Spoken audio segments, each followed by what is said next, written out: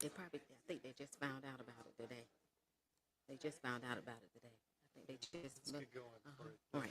Will they mobilize right quick? Okay. Yeah, we can. Absolutely.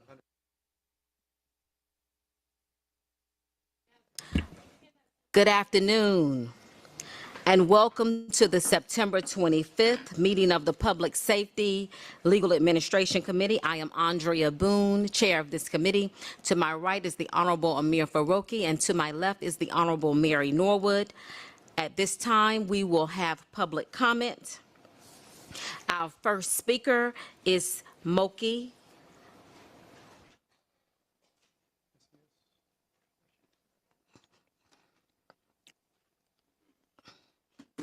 Thank you, Moki.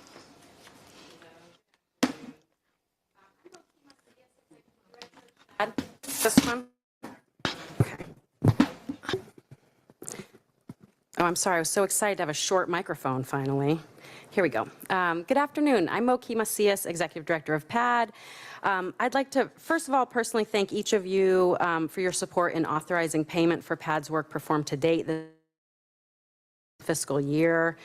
We really appreciate it, and this has allowed us to continue providing on-site response through 311 and 911 until a contract is authorized, so thank you.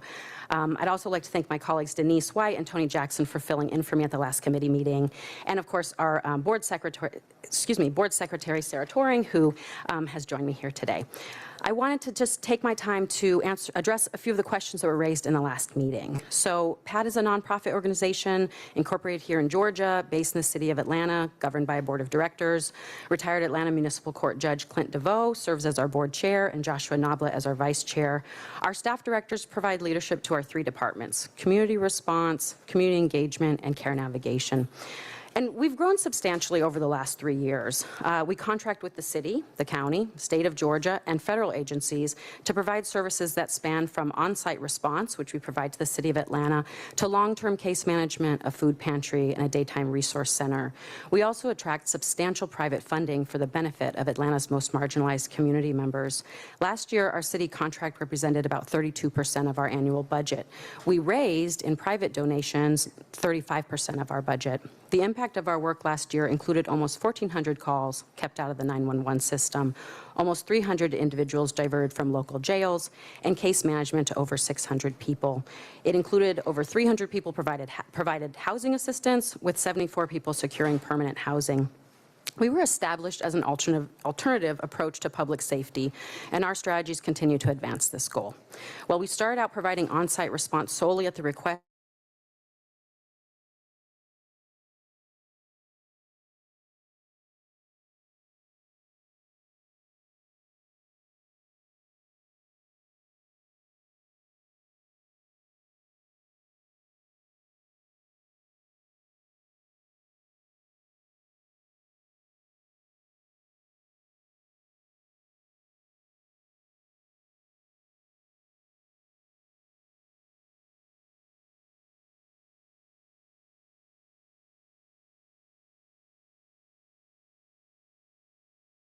As described in the city's RFP, the scope of work includes on-site response to calls received through ATL 311 or calls transferred out of the city's 911 line. It also includes community education on using 311 instead of 911 for quality of life concerns.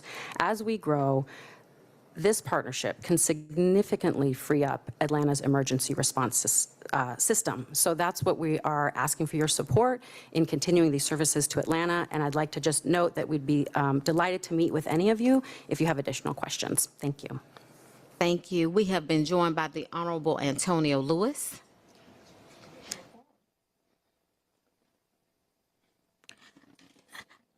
Sarah, next speaker, Sarah.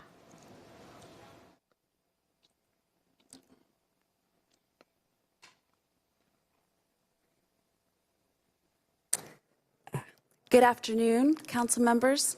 Thank you for your support of PAD. My name is Sarah Turing. I'm a resident of District 10, and I serve on the board of directors of PAD, which I joined a year ago. And I wanted just to share with you the 3 reasons why I said yes to board membership of this organization. First, I had experienced using PAD services They're wonderful. I actually called PAD as recently as about a week and a half ago to try and get support for 2 folks who appear to be sheltering in the woods off of a trail near my home, and the PAD mobile team arrived in less than 15 minutes. Second, I said yes to board service with this organization because I experienced the relief on various neighborhood boards that I'm a part of as folks began to learn about PAD and the services that it provides in our community. And last, in my day job, I have the opportunity to work both here in Georgia and around the country on housing policy, working on federal, state, and local policy related to equitable code enforcement, development. And I don't think there's a single place I have been in the last 15 years that has something like PAD. And I don't think there's a single place that I've worked on housing policy and otherwise that doesn't need something like PAD, in my view. So I'm really grateful and proud to be a part of this organization and a city that really, in my view, PAD here and the work of the city of Atlanta is a national model. So grateful for your time, grateful for your support. Thank you very much. Next speaker, J. Wesley Day.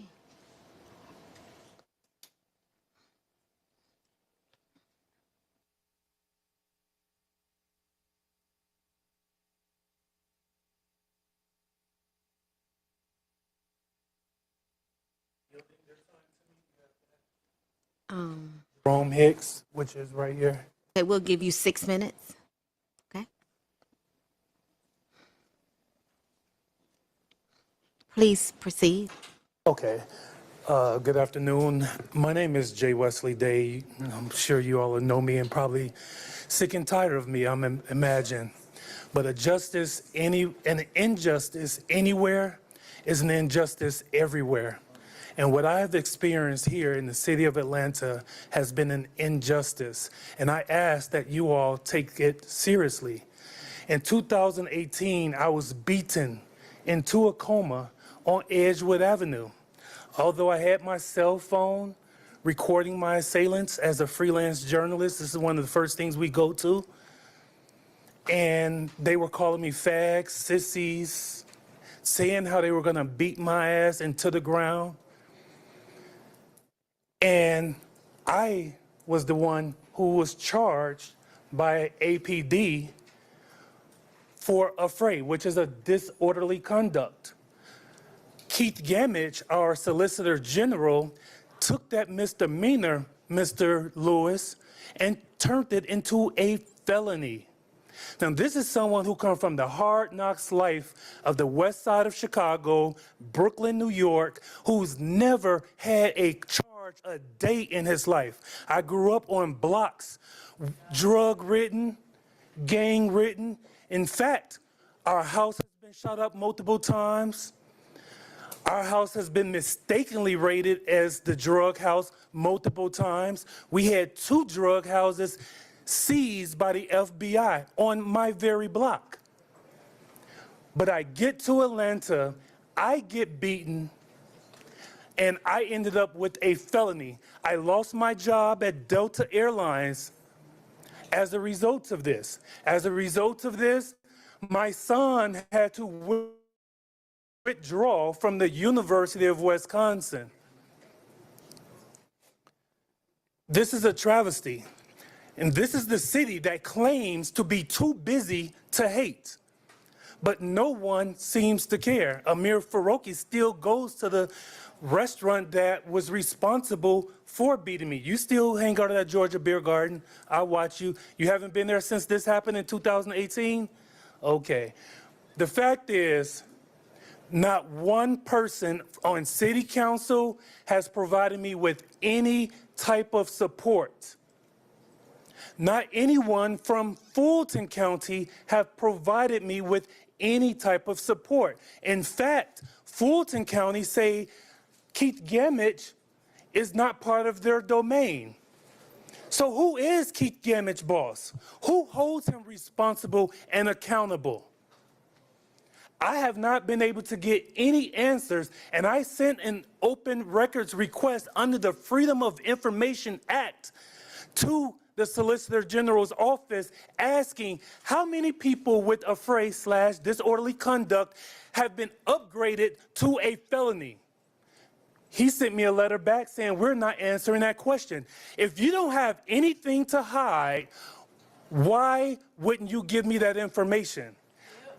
On the second scenario, Keith Gamage charged me, or no, it starts with APD. I was at the Cheesecake Factory, waiting on a $100 order, minding my own business. APD comes up to me and say, sir, you have to leave. You know, I'm gonna ask as an intelligent person with 2 bachelors and 2 masters, why do I have to leave? They said, because we said so. I said, well, I need to get a refund for my $100, because would anybody here let a $100 food order go? And they can't tell you no reason. Guess what? I was in handcuffs, put in the car, charged with trespassing. In the middle point, I get my job back at Delta. I appealed it. But what Keith Gamage do? Keith Gamage waited nearly 2 years and went and added an obstruction to a police officer to that charge. Now, don't you all think if APD felt I was obstructing them, they would have charged me that very day with it? Yeah. And if Keith Gamage claimed to be fair, smart, and restorative, why is he fucking up my life? And why ain't nobody helping me do anything about it? I've been homeless, I lost my job, my son, I'm trying to take care of my mother who has dementia, and none of you seem to care. Yeah, you can look at me like that, Ms. Boone, you met with me, but what yielded out of that meeting? You haven't followed up with me, you haven't called me to say, we did this, I'm doing this. I haven't heard from you since. Mary Norwood, I wrote you a letter asking, can I meet with you directly? I haven't even gotten a response. What does that tell me about my leaders? It tells me that you don't give a damn about the citizens. Have some backbone and stand up for what's right. I should have never be having a felony after I got my ass beat. I should never have had a second charge added to me for just sitting at the Cheesecake Factory. It don't make no sense. And now one of y'all been able to help me to make it make sense. If anybody want a copy of my story, I got extra copies here. The Honorable Antonio Lewis. And 6 years later, no one's been prosecuted. None of my assailants been prosecuted, although they on camera. In fact, Keith Gamage dismissed the case of the main guy slapping me on camera, calling me fast and sissy. Keith Gamage dismissed his case. The Honorable Antonio Lewis. Mr. Day, I do know, I will answer 2 of the questions that because we've spoken before. Solicitor Gamage's boss would be the people. He's actually elected official. And so he's actually up for re-election in November. Also, Fulton County approves his budget. And so that's the oversight of him. Fulton County, the Board of Commissioners approves his budget. Thank you. Next, Val Anderson, followed by Sine Hobson. Val Anderson.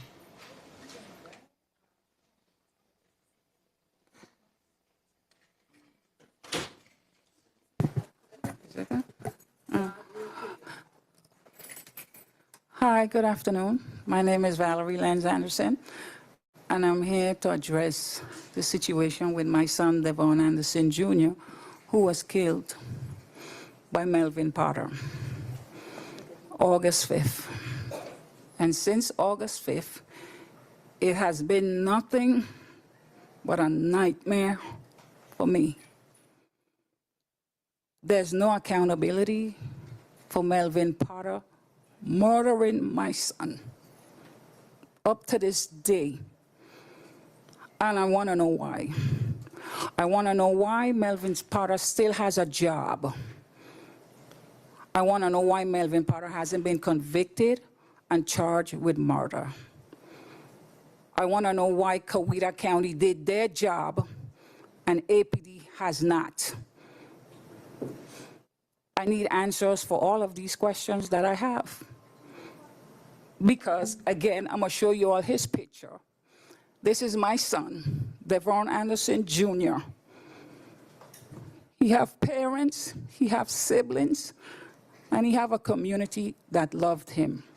So please look at my son. Because I'm seeking justice for my son, and I'm not going anywhere until I get it. Is Melvin Potter above the law? Because it seems to be he's above the law. Because if it was my son that killed him that night, my son would be in jail. Melvin Potter is not in jail. He still has a job. Why? Doesn't my son's life mean anything? My son meant everything to me.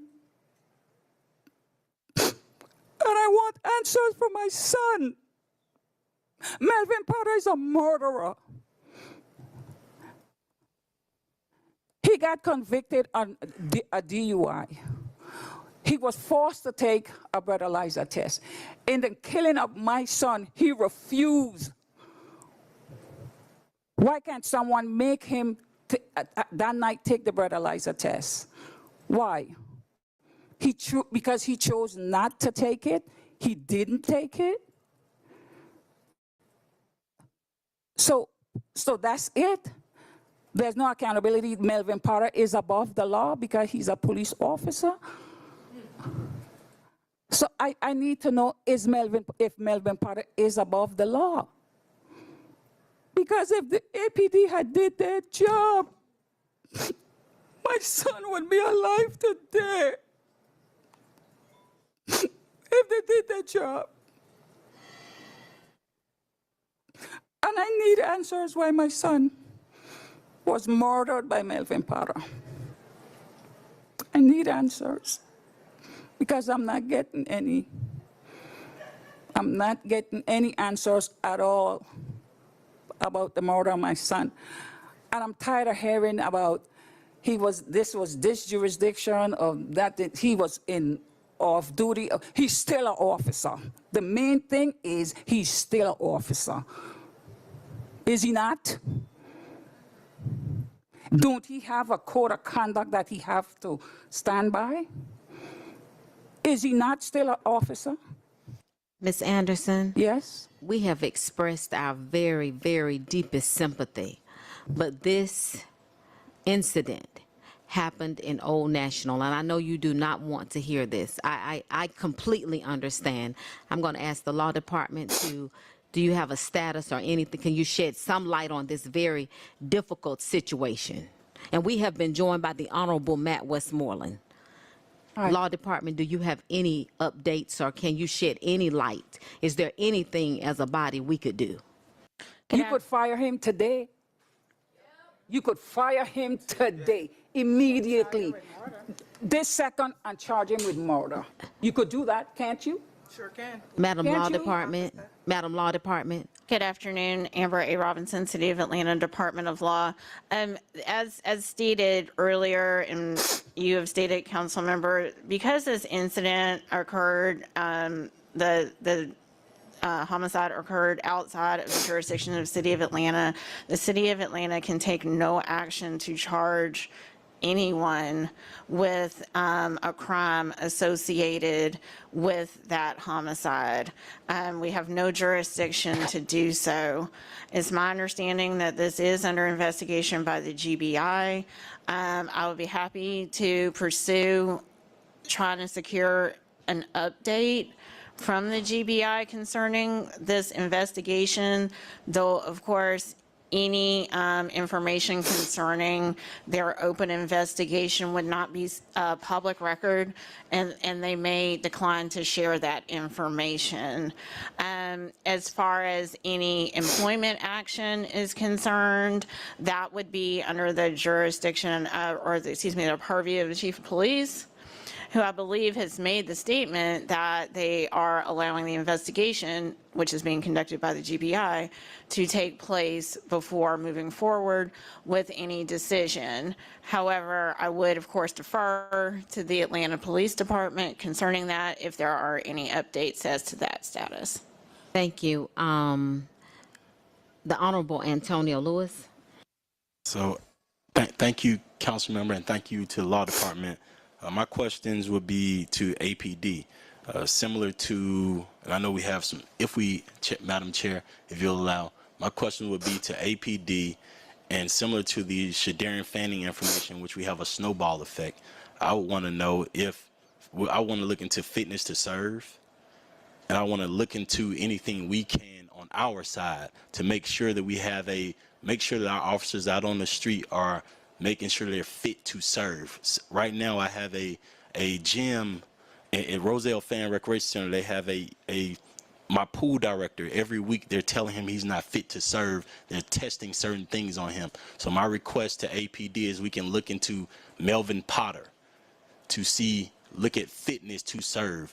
Make sure that we're looking at everything surrounding everything we can on our side, since we know that we can't go down into Old National.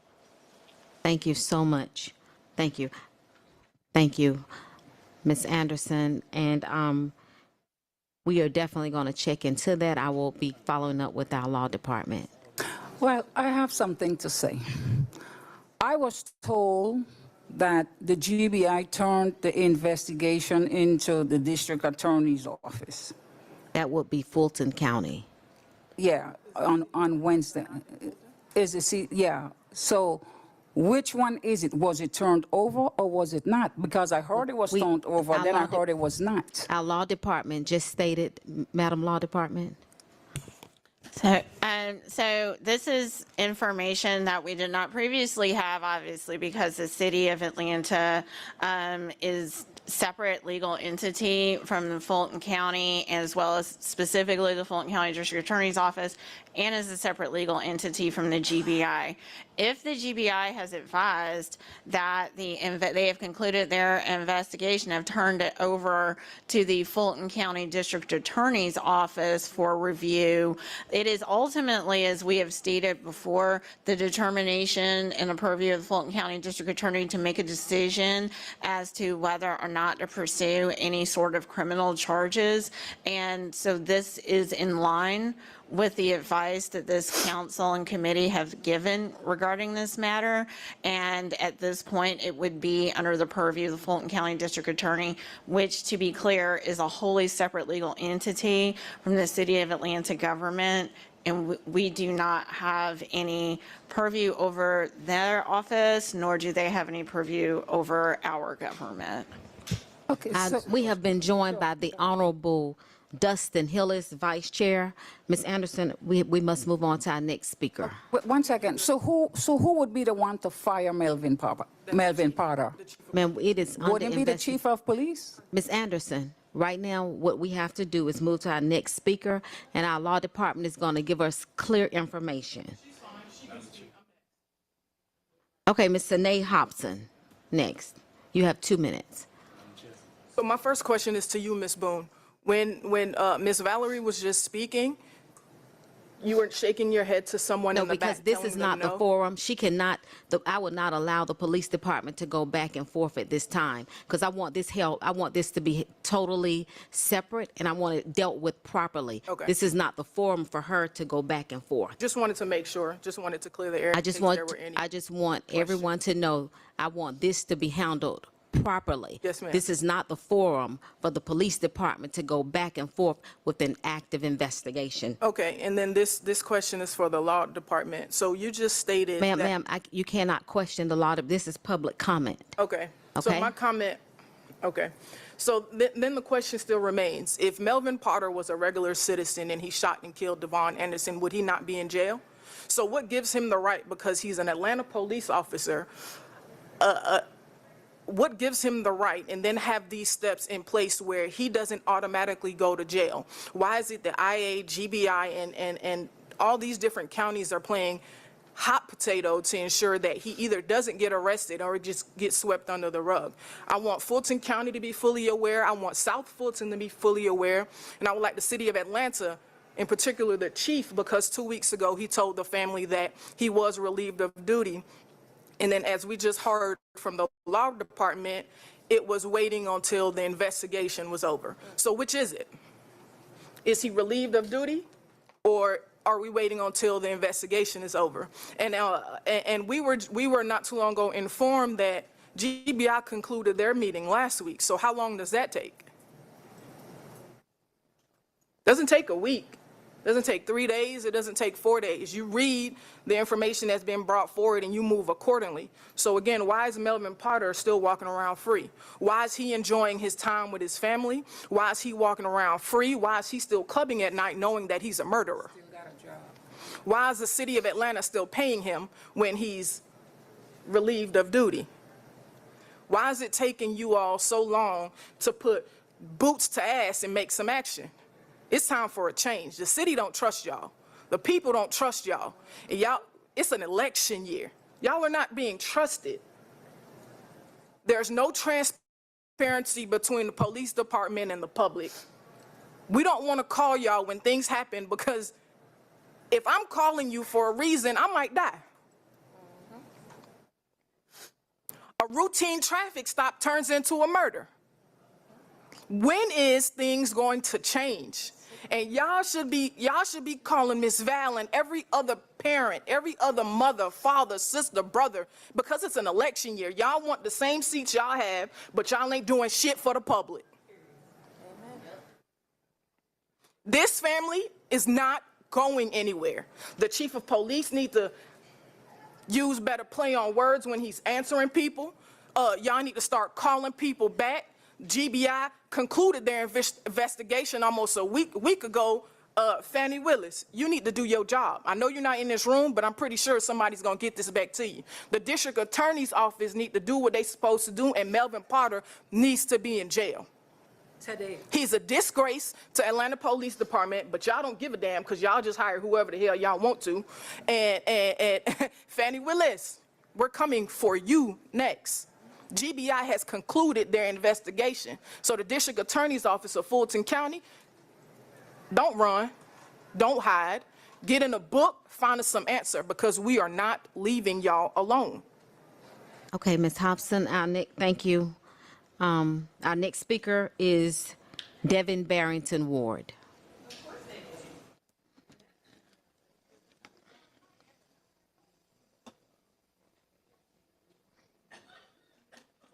I have time yielded from Ezra Lewis. She's towards the end of the public comment list.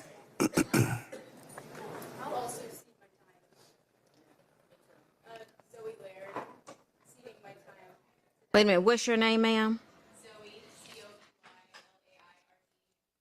Okay, we have Ezra, Zoe, who else? I don't need any more time. Thank you all. Okay, you have a total of 9 minutes, sir. Okay.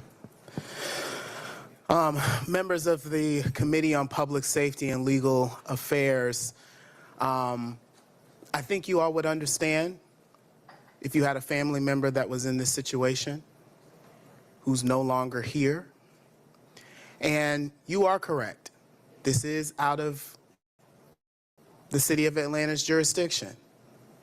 The City of Atlanta cannot initiate an arrest of Officer Potter. City of Atlanta cannot investigate a crime that took place in the city of South Fulton. You are correct. However, it is under the purview of this government, the chief of police, the mayor, and even council, through expressing their opinion that Officer Potter is a disgrace, that Officer Potter is not fit to serve on the Atlanta Police Department, that Officer Potter is the antithesis of public safety. He's the antithesis of safer streets. He is the antithesis of law and order. He serves as the direct opposition to that. And so please don't mistake the passion and the emotion of the family and the activists who are gathered here today as disrespect. What it is, a promise to hold people accountable. The fact of the matter is that Ms. Valerie's right. If Devon Anderson murdered Officer Melvin Potter that night in South Fulton, we would not be having this conversation. He would be in jail. He would have been charged with homicide. He would have been forced to take a breathalyzer. This is partially on the City of Atlanta because he was murdered with Officer Potter's service weapon. He was murdered by a police officer employed with our tax dollars, granted off duty. But when you are off duty for the City of Atlanta, you are still representing the over 500,000 people who call the City of Atlanta home. You are representing this government. There's no such thing as council members being off duty. You all represent this government everywhere you go. There's expected to be a code of conduct, decency. All of that was violated that night on August 5th in South Fulton. Why? Let's go back before the murder. Officer Potter was clocked by a Coweta deputy going over 100 miles per hour, drunk. Full stop. Is that someone deserving of a position with the city of Atlanta? Is that one some fit to serve? He was on probation for DUI. You know what happens when people get pulled over by APD and they're on probation and there's any suspect that they have violated their probation? They go to jail. Melvin Patterson was only arrested for obstruction of justice, and he didn't even sit in the jail. He bonded immediately out. We can't tell people in the city of Atlanta that there is not a two-tier justice system when you look at what happened here. He was being handled under a different set of rules. There is nothing stopping any member of this committee right now to offer a resolution to the mayor expressing, not because of the murder of Devon Anderson, if y'all don't want to go that far, but because of the 2 previous DUI arrests, he shouldn't have been on the force. Why? How is he making Atlanta streets safer? How is the public supposed to trust their public safety officials when they don't know the type of people who are being hired and retained on the force? I know we're trying to keep Atlanta streets safe, but how is that safe? He's regularly supposed to be pulling over people who are violating our speed limits in the city of Atlanta, who are engaged in DUI in the city of Atlanta, who are engaged in disorderly conduct, who are engaged in violence. How is he supposed to have any standing? Why is he still employed? These are very simple questions. So no, we are not asking for you to arrest Officer Potter for the murder of Devon Anderson. We will go and do that down in the city of South Fulton, and we will make that same request from District Attorney Fonnie Willis. What we are asking for here today is for the city council to maintain some level of decency, because right now the bar is in hell. The bar is so low. We're that desperate for police officers, where we're hiring and retaining people who have DUIs. Mr. Lewis, you were pulled over. They found a joint in your car. They arrested you, they detained you. You were held to some standard. You don't have a gun and a badge, but the police were willing to hold you accountable, were they not? So why is it that we are not willing to hold accountable someone who is a murderer? You know why he didn't want to take the breathalyzer test? Because he would have been in violation of parole. And so if South Fulton got it wrong, if the South Fulton police got it wrong, it's an opportunity for the city of Atlanta to get it right. And the right thing to do is to instruct the mayor and the chief of police to fire and relieve this officer of duty. It's not that complicated. We're not trying to be disorderly. We're not trying to be disrespectful. We just want justice. This woman wants to know, why is Melvin Potter outside enjoying his life when he killed a man when he was in violation of parole? Why else? If you were not in violation of parole, why not take the breathalyzer? Why not prove to everyone that you weren't drunk that night when you murdered a man in the parking lot of a nightclub in South Fulton? Why not? In addition to that, City Council, you all are aware of your responsibilities as the legislative body for the city of Atlanta. And part of that is oversight. Part of that is to investigate. Part of that is to look into. And we need to investigate why Mr. Potter was allowed to remain on APD and how many other officers have been in this type of situation. That is y'all's jurisdiction. That is y'all's purview. That's that's the purview of this body. Council is not just a foregone conclusion for the mayor. It's not just a rubber stamp for the administration. You all are supposed to ask hard questions. You're supposed to drag people into hearings. You're supposed to get answers. Because the idea that he was allowed to remain on the force after he tried to use his badge to avoid arrest. The Coweta deputy was very clear. Officer Potter tried to use his badge to obstruct justice. He tried to use his badge to not be held accountable. He tried to use his badge to not be arrested. That is grounds alone to be dismissed from the police department. Because, Mr. Lewis, to your credit, you didn't try and use your authority as a city council member to avoid detainment. You told them who you were, but that's not you trying to avoid detainment because you are a city council member. So why is Mr. Potter not held to the same standard? We want a standard in Atlanta. We deserve a standard in Atlanta. Many of us have different opinions on the ways to keep the streets safe in the city of Atlanta. But one thing that we should be able to agree on is that we shouldn't have hypocrites in badges. Amen. We shouldn't have murderers walking our street with no accountability. We shouldn't have police officers who feel like because they have a badge from the capital city in the state of Georgia, it allows for them to do whatever they want. Officer Potter is not above the law, and Devon Anderson's life mattered. So what are you all going to do about it? Respectfully, what are you all going to do about it? This isn't posturing. This ain't politics. This is what's best for the community.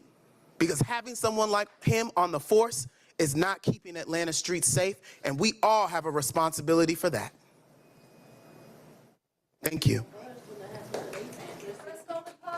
Let me say to Ms. Anderson, no one on this body saw you as being disrespectful. We have offered our condolences. We are very sorry. I just wanted you to know that we do respect you and we do respect your family. Thank you for being here, but no one on this body saw her as being disrespectful, nor her family. Thank you. The Honorable Antonio Lewis. Devin, as you know, I got pulled over 5 times in 6 months. The only one that made the news is the one the police wanted to make the news, right? But we'll say that the term that you got today is fit to serve for me. Yes. And the reason you got that term for me today is because that's what I requested from the police, and I want to make sure I put in that request once again. If we can check Officer Melvin Potter's fitness to serve, if this committee can get a report, whether it's in private session or wherever, we can get a report on fitness to serve. And if I can get that same report on Officer Shadarian Fanning, the same one I've been requesting for the past year, Shadarian Fanning. So Officer Melvin Potter, fitness to serve, I want to know if he's already been a part of that portion. I also want to know if we looked into the 2 DUIs, and if we knew about the DUIs, and if we kept him on duty since then. These are the requests that I would like to make, Madam Chair, and I would like for those to come to this committee before the next committee meeting so that we can have a date on that. And Mr. Ward, once again, I got political enemies in this city. So I haven't been pulled over 5 times in my life, 37 years old, but this year I've been pulled over 5 times in a 6-month period. And so that's just part of it. This request has been noted. Councilmember Lewis. Our next speaker, Henri Jordan. Thank you, Chairwoman Boone. Henri Jordan.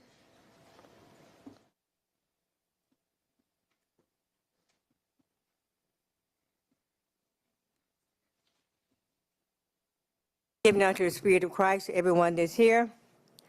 Therefore, to him that knoweth to do good and doth it not, to him it is sin.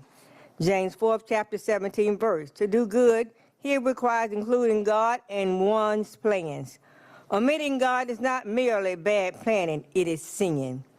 James and others teaches, Jesus teach us to put you first. Let him know that he which converted the sinner from the error of his way shall save a soul from death and shall hide a multitude of sins. James 5th chapter 28th verse. Death is a physical death by which God sometimes punishes his disobedient people. Do you desire death? If you don't desire death, ask to conquer evil in Jesus' eyesight. For all flesh is as grass, and all the glory of man as the flower of grass. The grass withereth, and the flower thereof falleth away. 1 Peter 1st chapter 24th verse. By this voice calling for the desert, deserted, the people of Judah are called to make the crooked straight and the rough places plain, in preparation for the coming of the Messiah. Christ called us to live holy. But the word of the Lord endureth forever. And this is the word which by the gospel is preached unto you. 1 Peter 1st chapter 25th verse. Thus our salvation rests from the human perspective upon our willing reception of that offer. We need Jesus' word more than he needs us. Righteousness exalts a nation, but sin is a reproach to any people. When you exalt righteousness, you have more peace. That's the word of God said it. Christ can exalt you when you exalt righteousness, but when you exalt sin, you ask for death. You ask for destruction. Not because I said it, because the word of God said it. When you seek to do evil, you ask for death. That's when I try to stand and fight to obey Christ. I don't want to look good in your eyesight. I want to look good in God's eyesight. That's when sometimes I talk the way I do because I'm scared that I'm going to be my flesh going to be uplifted. But I want Christ to be uplifted in me and not my flesh.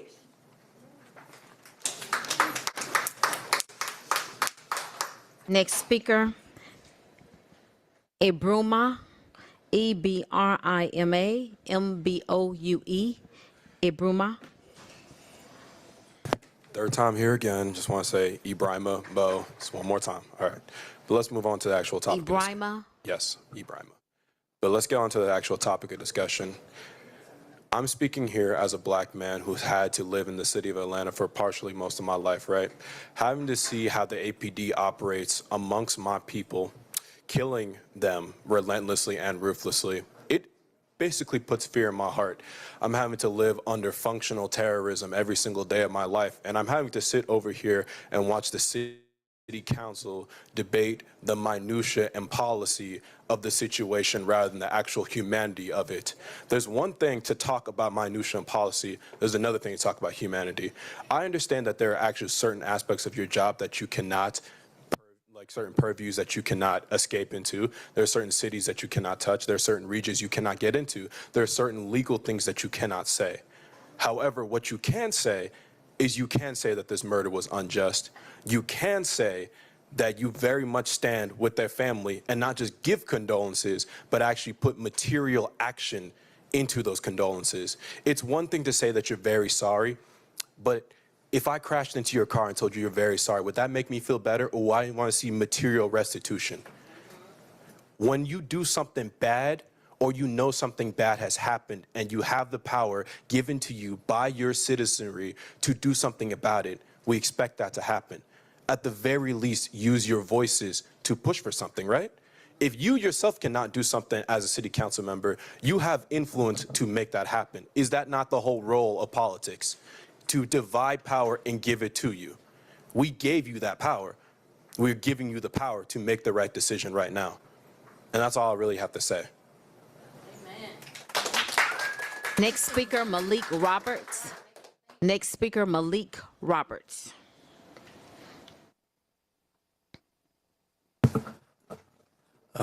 Council members, Law Department, good afternoon. I'm Malik Roberts. I am an activist and an artist, and I will never run for public office. I was born and raised in Washington, D.C., and I've lived in Atlanta for almost 15 years. I'm also here in memory of Devon Anderson, Jr., and all the other nameless, uncountable throngs of black men, women, and children who have died senselessly at the hands of the police. I ask all of you, if white people were as terrorized, as traumatized, and as stigmatized at the hands of the police, what would you say? How would you calm your white constituents, middle or working class, consumed by their own uncontrolled or uncontrollable rage, so much so that they could no longer tell their allies from their oppressors? What kind of policies would be passed? How would they be enforced? More to the point, if Devon Anderson Jr. were your son and he were shot dead, would you be conceited enough to believe that you are a voice in the wilderness as much as his mother's voice is? It shouldn't be unpopular to say that police brutality is almost as old as the United States itself. It shouldn't be unpopular to say that justice too long delayed is justice denied. It shouldn't be unpopular to say that the story of the Negro in America is the story of America, and that it is an immoral, dumbfounding, and disgraceful story that has not been told by all of what we've heard or what we know. It shouldn't be unpopular to say that you've never seen the innumerable, disoriented, grieving black families out of their minds over their losses, over the losses of loved ones at the hands of the militarized police, and you never will. The only thing to be done with the despairing people is to save them, and you cannot save them if you do not serve them. And I would be remiss if I didn't say this. Andre Dickens hasn't proven his worth to us as a politician or as a man, because he can't. The evidence has been as plain as day, time and time again, because yet another black man lies dead on his watch in his city. You are asked now by the people of Atlanta, perhaps by your Almighty, to seek justice for Devon Anderson Jr., because your collective inactions has more than your condolences ever could. Next speaker called ESKEW, SQ. ESKEW, Mr. SQ. Well, I think it's ridiculous that you can't give us any more details on this killing, but you still expect us to be satisfied with this person being employed. Because either you tell us the details or you just fire him. It's an absurd situation. I don't want to hear that you can't give us any details on it, but that you're still going to keep him employed. And I guess that's all I have to say. Next speaker, Liz Duncan, W-A-T-T, Watt. Liz Duncan Watt.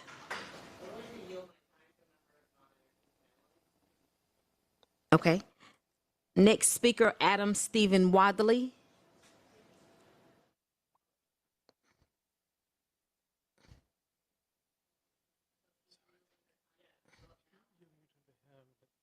Now, or does he have to wait? Oh, no, you come on up, sir. Come right on up. Give us your name, sir. My name is Lamar Price, Okay. and I want to talk about my brother, Devon. I know a lot of y'all get to go home to y'all family, but he was a man that went to church. He was a man that took care of his nieces, nephews, didn't have no children. He was taking care of everybody in his community. He helped out where he needed to help out anybody. And you have somebody where y'all gonna say that they're not in y'all jurisdiction. If it was a criminal or somebody, you would have APBs out on these folk. Y'all should be able to work together and see that this man have a history of drinking and stuff like that in all counties. Because if it was any other criminal, y'all would have made sure in every database in the police, in any police database, that they were criminals. There wouldn't to be no mishaps, or you got to figure out, oh, this jurisdiction is so divided and conquered with the police. But if it was a criminal, somebody who murdered somebody, y'all all police will have hands on deck. You can't keep choosing and picking who's the enemy or who's not. Evil is evil, okay? And you're going to have churches. I'm going to tell y'all now, I'm a pastor. We're going to have churches and everything. This fight is not over. okay? We gonna fight till we can't fight no more. We tired of it. We tired of black men getting killed, and nobody's fighting for us. We got families too. We go out here every day and work a job, and we paying tax dollars for this man to kill people? Tax dollars for people to be driving drunk who's a police officer? And y'all ain't doing nothing? And he's still getting paid? You gotta be kidding me. And my voice gonna be heard, I promise you. It's gonna be heard. Because that was my brother. My children mourn. I call him nights and they know he was dead. And y'all get to go home to y'all families and sleep a good night. Because y'all children ain't out there getting murdered, getting killed. I could see if he was doing something wrong. He ain't have no gun. He wasn't doing nothing wrong. He was out there having a good time. But you have an officer that's drunk, who's walking around with a gun, that shouldn't have one, because he got a history of getting in trouble. Come on now. If it was me trying to get a gun and I had DUIs and all that, they will not let me get one. You gotta fight for what is right. Don't uphold the law for somebody who is lawless. The law for the lawless. If it was your children, you will fight too. And lo and behold, if something happened to one of these police officers' children, y'all will be up here too. Stop sugarcoating it. Stop playing these games because y'all made an oath, and the Bible say don't make an oath. And y'all made oaths, and y'all gonna be punished for it. Because y'all made the wrong oaths. And y'all didn't take the oath of Christ. You need to receive Christ before it's too late. And that's all I gotta say. Y'all took the wrong man's life, and God is gonna do the punishing. If y'all don't do it, God gonna do it. I promise you that. Next speaker, Adam Stephen Watley. Adam Stephen Watley. Adam Stephen Watley. Brian Ramirez. Brian Ramirez. Come on up, sir. Hello, good afternoon, committee members. Thank you all for allowing me to speak today. My name is Brian Ramirez, and I'm a student at Georgia State University and a resident of District 6. I'm here to raise my voice on behalf of Devon Anderson Jr. and his family, who are still searching for answers and justice more than a month after his tragic death. Officer Melvin Potter, the off-duty Atlanta police officer who shot and killed Mr. Anderson, remains on the force despite the serious questions surrounding the circumstances of the incident. Devon Anderson's junior mother has been left in the dark, still waiting to hear the full details of what led to her son's senseless death. The fact that the Officer Potter was already on probation for a DUI and is still allowed to wear a badge makes it painfully clear this is not just a failure of accountability, it's a complete betrayal of public trust. And now a life has been lost, a son, a brother, a member of our community because of that failure. You allowed this to happen. A preventable death is now on your hands. His life is gone and it didn't have to be. This isn't just a mistake. This isn't just a mistake. It's negligence. It's a betrayal of the very people you are meant to protect. Today, I urge this committee to do everything in its power to ensure accountability within our police department. Officer Potter must be held to the same standards as any other citizen, if not higher, given his role and authority. The family of Devon Anderson Jr. deserves answers, and our community deserves to feel that justice is not only for the privileged, but for everyone. Devon Anderson Jr.'s life should not be worth less than an officer's. It's time we stop protecting officers who abuse their power and start demanding accountability, transparency, and justice. Thank you.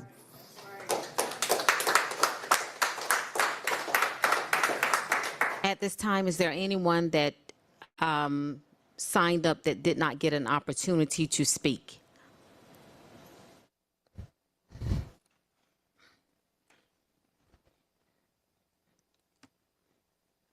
Can we have a motion to adopt the agenda? Moved by the Honorable Amir Faroqi, seconded by the Honorable Matt Westmoreland. Please open the vote. One moment. The vote is open.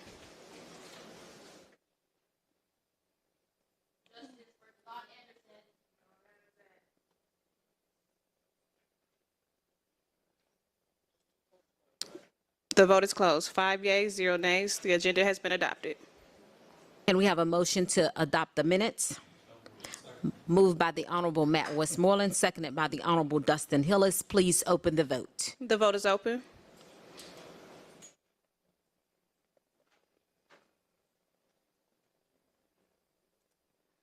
The vote is closed. 5 yeas, 0 nays. The minutes have been approved. We will now move to presentations. Can we have our Atlanta Police Department please come forward?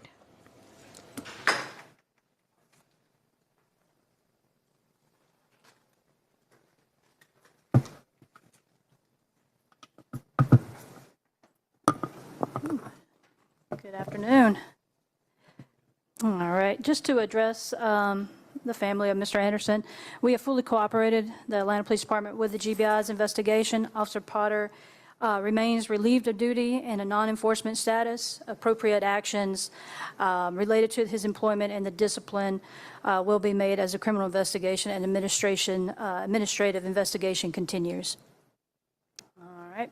So moving forward, we're just entering into week 39. We have zones 2, 3, 4, and 6 are down in their crime. Overall, city is crime down 4%. That means that crimes against person is down 9% and property crime is down 4%. If you remember back in week 6, we were up by 12%, so we have made a lot of strands to get us down to negative 4% at this point. Notable downs for this year compared to last year, our aggravated assaults are down by 10%, our robbery is down by 15%, and our motor vehicle theft is down by 22%. If you recall the Kia and Hyundai thing that kind of spiked our crime last year, we have gotten that down significantly this year. The one thorn in our side remains burglary. It's still up by 5%. Last time I came to PSLA was week 24, and we were up to about 11% at that time. We're in the right areas. We're making the right arrest. It continues to be construction sites, storage units, facilities. We are making the effort to get out to these businesses and let them know what steps they need to take. Our homicides are down 13% as of today compared to last year. They are remaining in a domestic in nature and escalating disputes. Excuse me. We're at 92 versus 105 from 2003. In 2002, at this time, we were at 120. And at 2023, at this time, we were at 121. So we are focusing, we are in the right areas on that as well. And again, they remain domestic in nature and escalating disputes. A couple of good works that we have made. There was a search warrant initiated at 3100 block of MLK, which is on the border of Zone 1 and Zone 4. A substantial amount of narcotics was taken from that facility. We just finished our last heat wave detail on September the 5th. This is where we partnered with our state, local, and federal partnerships, made 16 arrests, along with 7 of those were of convicted felons that had a handgun during their arrest. Zone 6, the Edgewood Club District, we made officer was out on a directed patrol and made a fantastic arrest over there. Noticed a car driving around with no tag lights during the morning watch hours. Kind of went beyond the stop, was able to identify the driver, was wanted out of DeKalb and Cobb County. Was also a convicted felon, also had 2 stolen guns on his person at the time. His passenger also had a gun on his person as well. So that was a great case made by that officer to be engaged in the bar district down there. Another one was a snatch theft that occurred in Zone 5. A victim was accosted by 3 males. They stole his wallet. The victim gave chase to try to get his wallet back. During the victims chasing the suspects, he suffered a medical episode. He actually had a heart attack. Luckily, the officers were there and were able to render him CPR, saved his life. He's still recovering at the hospital. But this is just a great example of the men and women of Atlanta who go above the call. As we talked, Zone 1, we'll go back to Zone 1. Last year, it was the crime reduction winner. As of today, it still contains the least Part 1 crimes in the city. It is up 6%, but they are making strides to get that down as we go along. And the next one was Zone 5. We talked about that being up as well. Well, Zone 5 is continually building. A lot of construction work going on. With construction work going forward, it brings in a lot of parking garages, and that still seems to be the issue with Zone 5, vehicle theft and breaking into autos. And we just finished up we have the care unit, which is now in their and they're starting their field training program. So we'll have an additional 4 out into the zones when they complete that. So that will give us a total of about 10 care units out working along with APD. And that is it, unless there's any questions. The Honorable Amir Faroki, followed by the Honorable Dustin Hillis. Thank you, Madam Chair, and thank you for the report. As always, we appreciate the data. Just a request for future meetings. Can you provide, in addition to this citywide snapshot, the similar data for, ideally by council district, but if not, by zones? By zone? Yeah. Thank you. Yes, sir.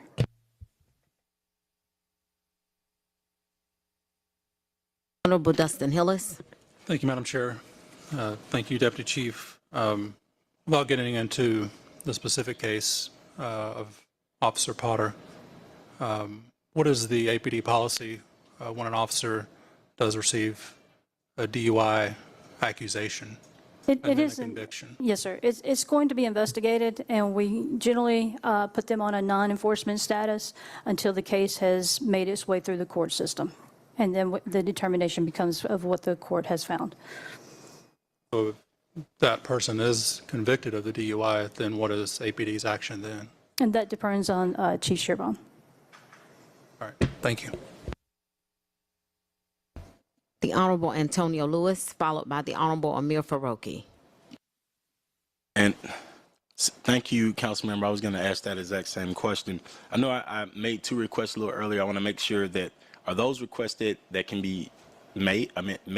We have taken notes on it, so we will take it back to the team and figure that out. But yes, sir, we will.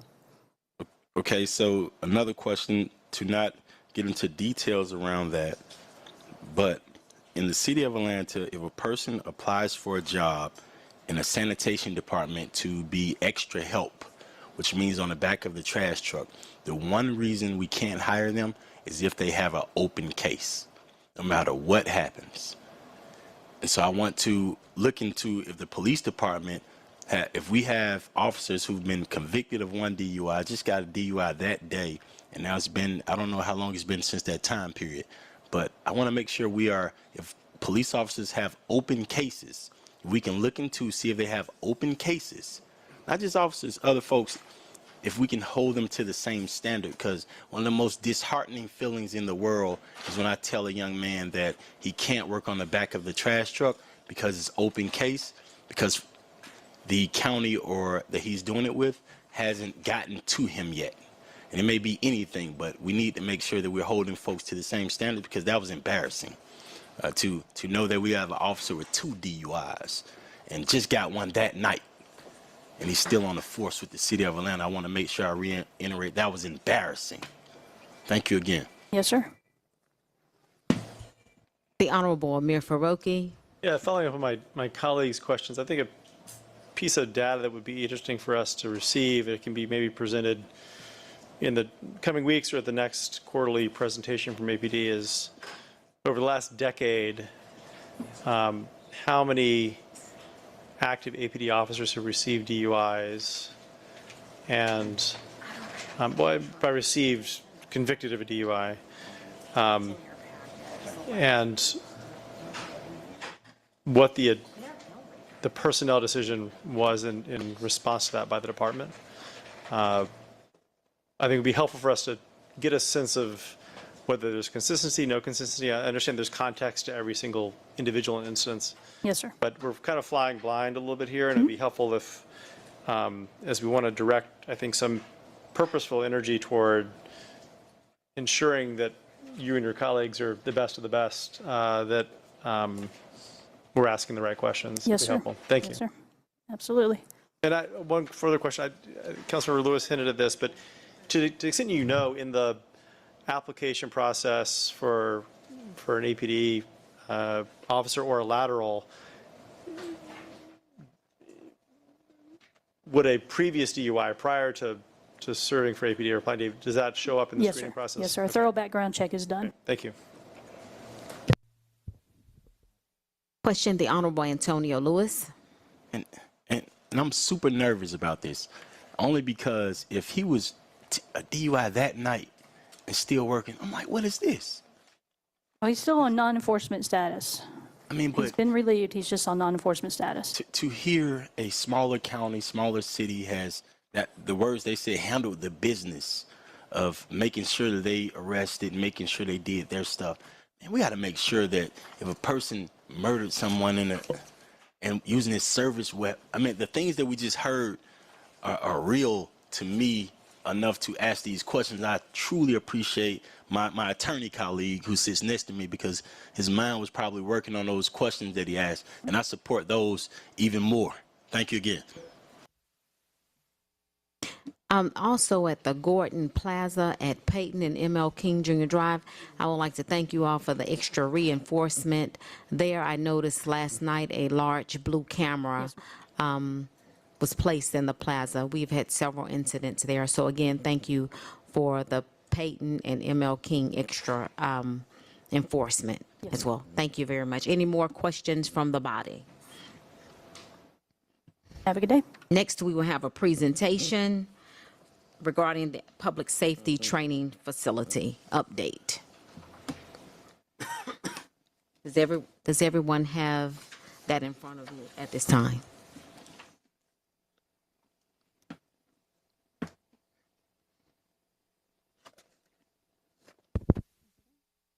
Madam Chair, COO LaShondra Burks is to speak to this. Yes, she's on the way. Yes, ma'am.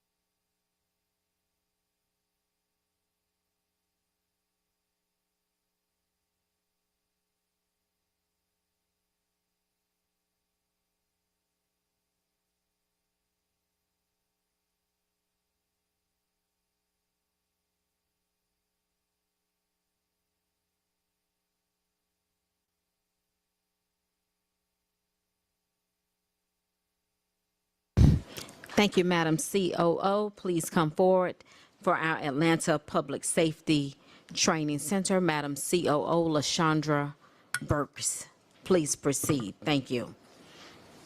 Thank you, Madam Chair, and good afternoon to each of you, the members of the Public Safety Legal Administration Committee. LaShondra Burks, Chief Operating Officer.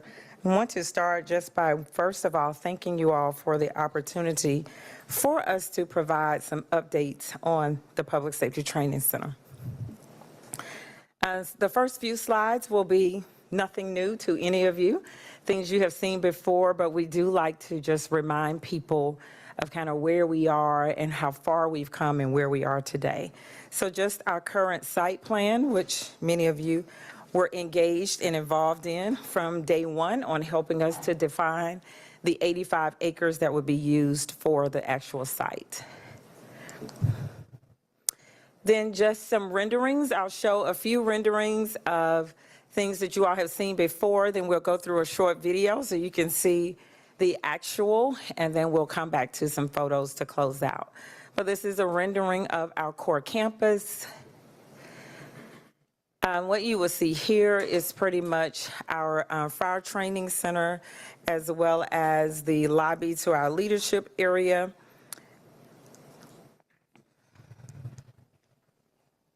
I'm trying. Just a quick reminder of, this is always, I think, an important point for us to continue to mention every time we have an opportunity to present on the Public Safety Training Center. And that really is the advisory council that Atlanta City Council put together some years ago, the Community Stakeholder Advisory Council. And through that process, and I will tell you, this group still meets. It's still active, still very engaged, still coming up with recommendations, working very, very closely with us. But as you will see listed, and I often like to remind people, these are the recommendations for the actual site that came very early on from, we call it CSAC, from the Community Stakeholder Advisory Council. And just one or two that I think is very, very important and that remained very much a priority for the community. One was the relocation of the firing range to the most southern part of the site, which the meeting space for community groups, a 100-foot minimum tree buffer along residential facing areas, additional streetlights around the facility, moving the main entrance from Key Road to Constitution Road, sidewalks around the facility. And I will just remind you, these are all recommendations made by CSAC that we adopted and we have implemented into the design and the construction. So each of these recommendations have been implemented. And then, as you may remember, back in February of 2023, the mayor established the South River Forest and Public Safety Training Center Task Force that split up into 4 different area parks and green space, vision and memorializing and repurposing the former Atlanta Prison Farm site, sustainability and resilience, police, fire, and E911 training curriculum. Again, all of their 102 recommendations were adopted, and I want to commend the team. We've just finalized the dashboard to keep up with all of those recommendations that will also become public and on the public website. So that everyone can see kind of how we're progressing. We want to make sure that everybody realized that this was not a report or recommendations that were going on a shelf. Very much like the CSAC recommendations, we are moving forward with implementation, and we want to make sure that we are tracking those. If I can have a quick video, just want to show some progress, and then right after the video, we will go into a few photos.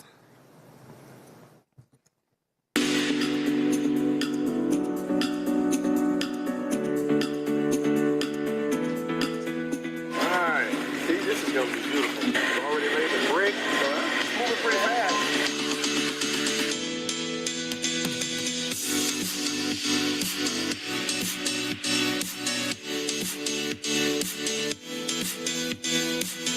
This is the entrance. This is the sort of welcome space for the academic building. So this is, part of the first part of this is de-escalation.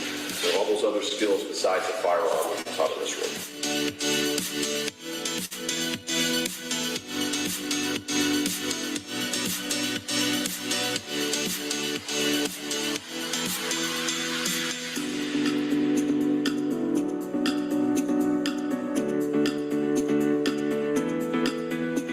Super excited, a training fire station. This is the first that we have.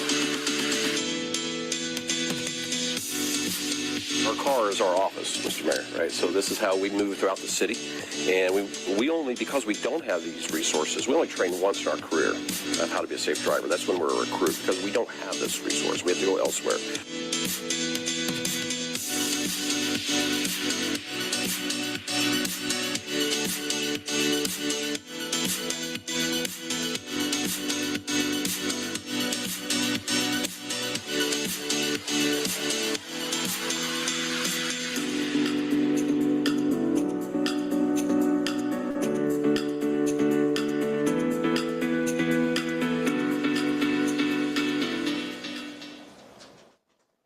So usually when we show the video, people are like, didn't know that much had been done. And I will say that video was taken right at about a month ago. And so I have some current videos literally from this weekend that I wanted to share as well. Because it's almost like driving downtown. If you miss a day or two, you feel behind. I mean, a lot of development, a lot of work is going on. So the photo to your left is the rescue tower. This will be a place where police and fire will train together. And this will give them an opportunity that as they are going into very different situations in the city, that they will be able to train for the first time on how to enter a building together. The piece to the right is what you saw on the video. It has come further along than what was on the video. You saw Fire Chief Smith very excited. He's just been all over the place, uber excited about having a real training fire station for our firefighters to train in. Usually after they complete their recruitment classes, they get assigned to a fire station, they go, and the first time they really experience what it's like to be on a call is when they are on a call. And so this will allow them that opportunity prior to going to a fire station and getting that first call, being able to do some training around what that first call actually feels like, looks like after you have learned it from the books. Also, the photo to our left is our mounted patrol, our horse stables. I know Councilmember Boone coordinated a site visit over to Grant Park to our mounted patrol area there, so you got a chance to see firsthand kind of the conditions that they are and that our four-legged officers are also working in, and what we know is that they deserve as equal as good of space as well. And so this will be their new horse stables for mounted patrol. There's already an idea, and the officers there are already having thoughts around how we will honor Oreo in this space, who we unfortunately lost one of our oldest horses just a few weeks ago. And so just the thinking for those officers to be able to go over, see this new facility, and find a space on how we will honor Oreo has been very emotional for them, but satisfying. Also to your right is what I call a simulation center. It is actually 4 buildings on a block. It is a 2-story home, a gas station, and also can be a convenience store, a hotel/apartment feel, and then an event space that could also be like a nightlife. These are the 4 places that all of our firefighters and officers go to every time just about they get a 911 call. This gives them that idea. What also we learned as we were building these, as we've talked to firefighters and police officers, is that oftentimes whoever arrives to the scene first may block the street or block something, and then they spend time calling the other one saying, hey, can you move so we can get through? This will give them an opportunity as a fire truck pulls up, or a fire engine, as a police car pulls up, as ambulance pulls up, who goes where in each one of these instances, because that can certainly improve our time and our service to whoever is on the other end that has made that 911 call. We'll also, you'll hear me a little bit later talk about using these facilities also for our sanitation workers, our Department of Watershed Management. This will help our sanitation workers take trucks down somewhat narrow streets sometimes that they encounter. So this will be their opportunity to train as well. And then how can I leave out trails, ponds, and green space, right? This is a picture of 2 of the ponds that are on the site. What will also be ready in December when we're ready to do our ribbon cutting will be the trails around at least the first pond that will connect from the sidewalks on Key Road to being able to walk the trails around this first pond that will also get you to some of the public-facing buildings. And so we're excited about this opportunity. It is one of the most serene spaces, I think, on the property, just being around nice, beautiful ponds with trees and green space. Always questions about the budget. Where are we on the budget? I think the last time I presented, and I tried to update this budget for you, the last time we presented was actually to FEC. We were right at $109.6 million. That budget is now at $115,456. We have had to create a concrete batch plant on site. Many of you may have heard some of the attacks that were on our concrete company, and the best way to keep their property safe was to actually develop a concrete batch plant on site. And then we have had, because of other attacks, additional outside security. We already had outside security the last time I presented, but this is additional. And in that, contractor identity has gone up as a result. And then we've had some opportunities to do some technology enhancements and fiber improvements to make this site more user-friendly as from a technology standpoint. And then we had a little bit of overage on that gym that we ended up having to build at the last minute. But I want to reiterate, we feel very confident that this is the last increase, is what we are hoping for, right at this $115 million. But I do want to reiterate the city's $30 million plus the $1 million from impact fees of $31 million total contribution from the city has remained. It has not increased.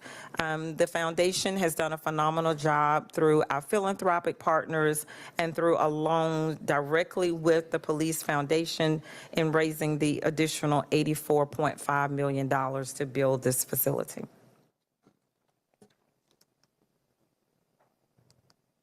Lastly, just want to remind everyone that we do have the training center website. It's atltrainingcenter.com. This website is kept up to date. It has information from all of the community stakeholder advisory committee meetings, from the agendas to links to recordings of the meeting after the meeting has taken place, the updates on the South River Forest and Public Safety Training Center task force is there, various videos or what have you.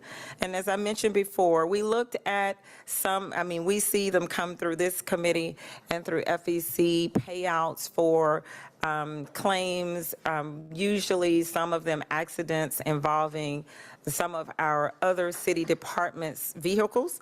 And so that's why we have been working very closely over the last few months, getting space on the site, especially the emergency vehicle obstacle course for our public works and watershed departments, for them to have an opportunity to train on the site as well.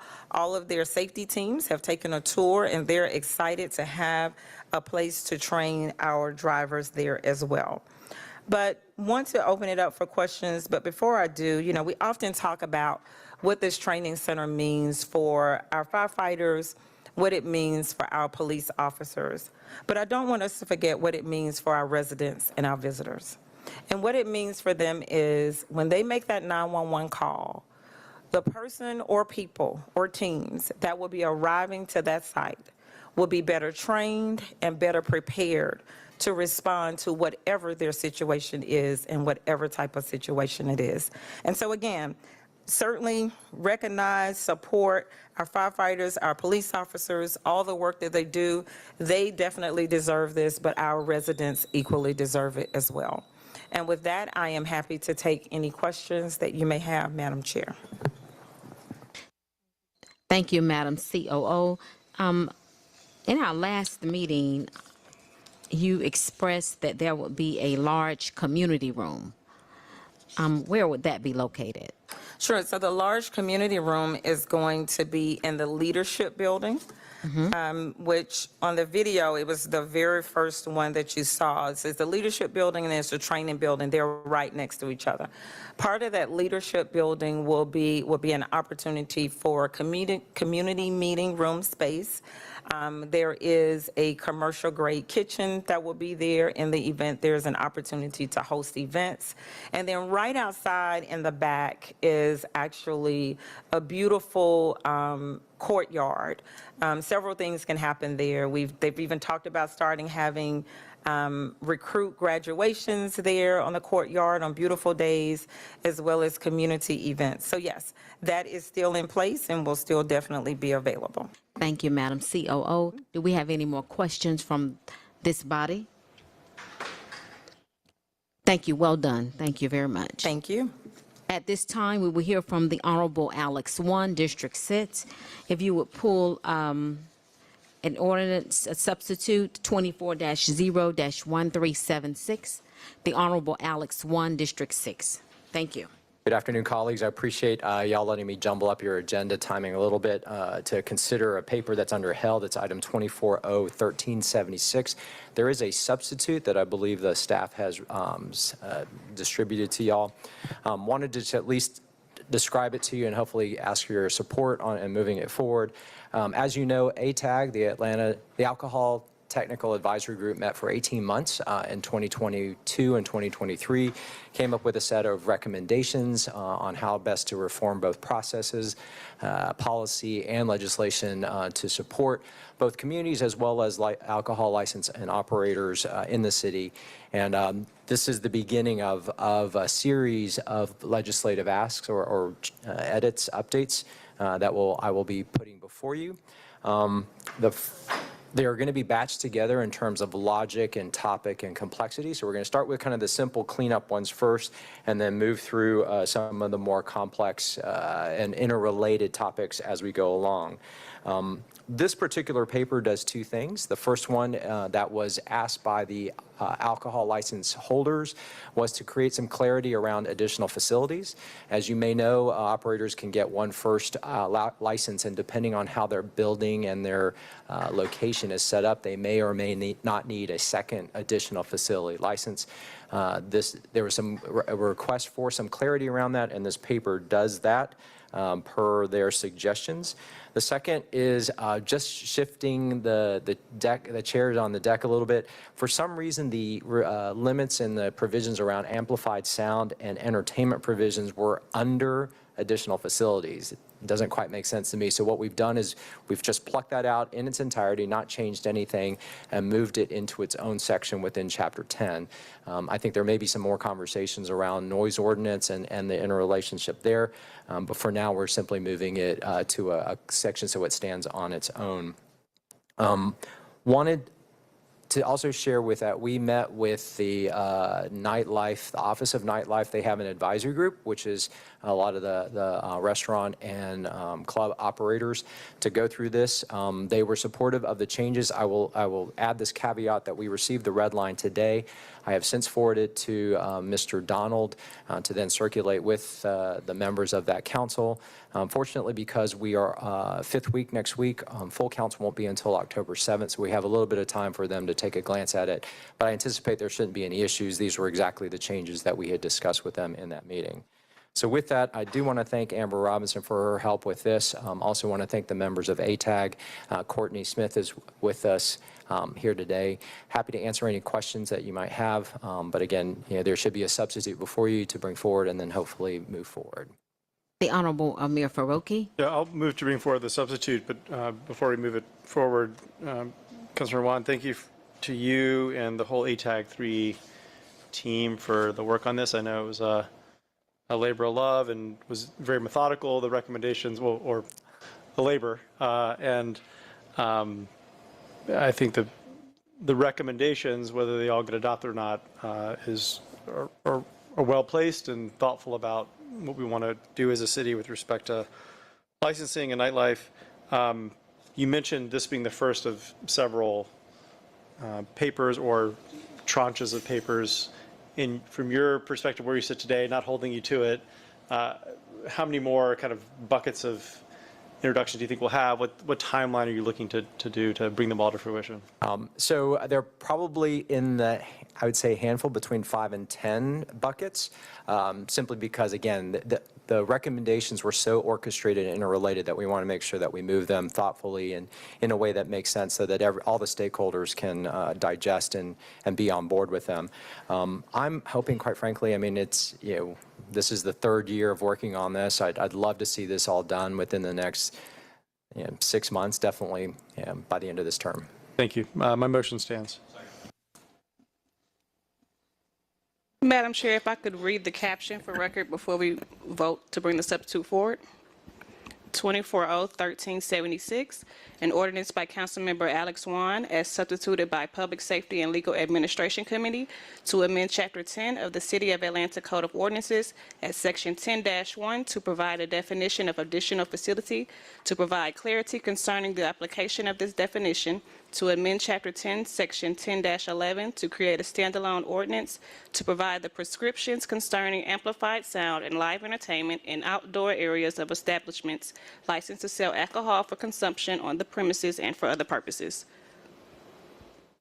Moved by the Honorable Mary Norwood. Moved by the Honorable Amir Faroki. seconded by the Honorable Matt Westmoreland. Please open the vote.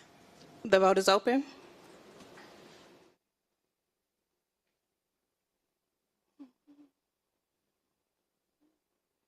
The vote is closed. 6 yeas, 0 nays. The substitute is before you.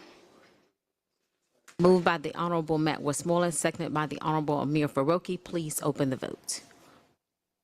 The vote is open.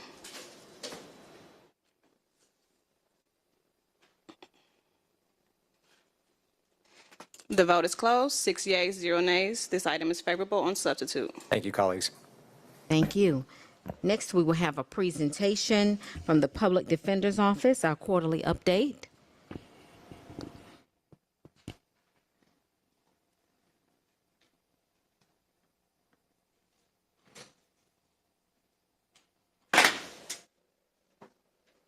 I'll announce. Good evening, committee members, Madam Chair. I am Kenneth Days. I am the Director and Chief Public Defender for the Office of the Public Defender. Today's presentation from our department is going to highlight one of our community partners. As many of you are aware, we are a client-centered, holistic defense law practice.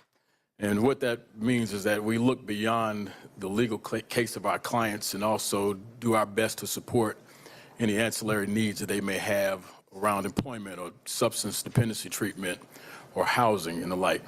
About 40% of the activities in our office support these endeavors, which also comprise of various legal clinics and supporting faith-based entities in the community, NGOs, and other nonprofit service providers.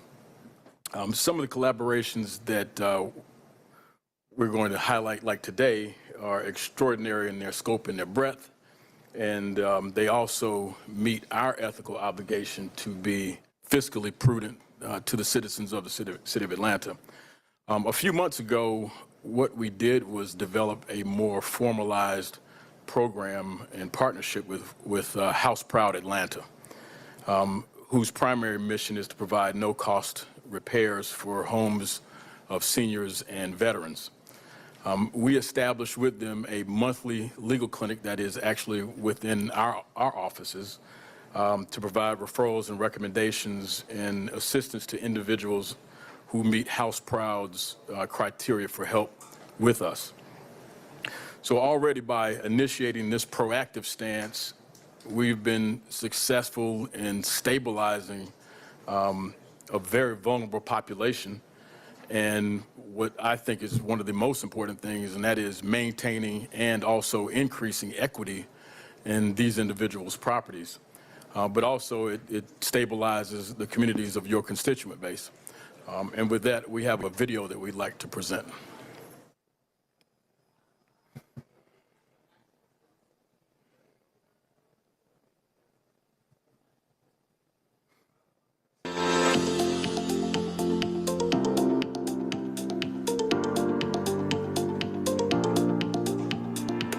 Once they leave the courthouse, they would go right back into the same situation. So we decided, okay, look, it's time for us to get out into the community, build some partnerships, make some relationships that work for our clients as well as our office. So the partnership with Atlanta House Proud has been one of the most important partnerships that we've made. It works for House Proud, it works for the Public Defender's Office.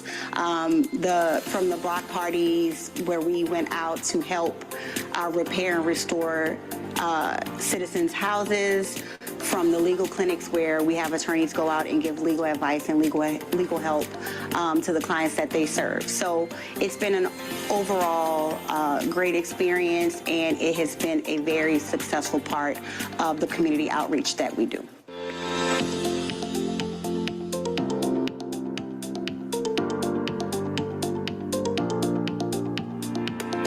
As the city becomes bigger and bigger and more developers come into the city, we think that it's important to try to maintain a sense of community in Atlanta. We don't want to lose the vibrant fabric that Atlanta is, and the way to do that is to protect legacy homeowners. And the way to protect legacy homeowners is through home repairs and revitalization, education, and serving the seniors that we want to stay so that they know how much their homes are worth and so they can stay here and be part of the city that's growing and evolving into such a beautiful place.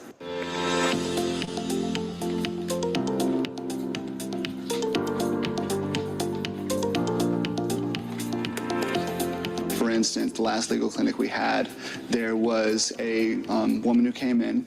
She lives in a house that she got from her mother.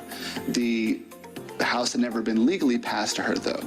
So she was dealing with some issues where she was trying to get building permits and was unable to do so for improvements and repairs of the home. The legal clinic allowed us to kind of point her in the right direction, get that problem addressed so that we're avoiding a future code enforcement issue. Because had that not been addressed, she wouldn't have been able to get the building permits, wouldn't be able to repair the home, and 2-3 years down the road, you get a code enforcement issue, and that's now a waste of resources that we've resolved 3 years ahead of the game.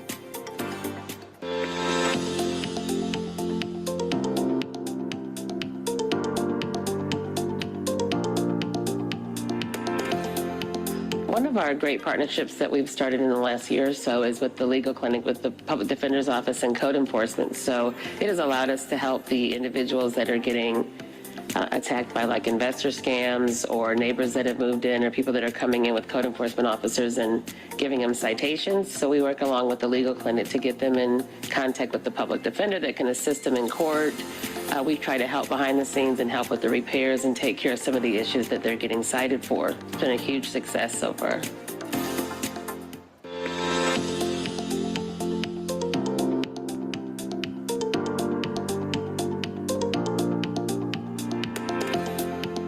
The benefit of the diversion program with respect to housing is that we are able to keep seniors in their homes, keep them in the communities, which continues to enhance the stability of the communities, and also to continue the legacy for their families so that their families can keep the homes and they can be passed down.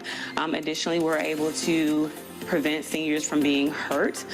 Some of their homes need to be enhanced inside, and so the diversion programs, we're able to help them repair those, those things that need to be repaired and make sure that they don't hurt or harm themselves inside the home.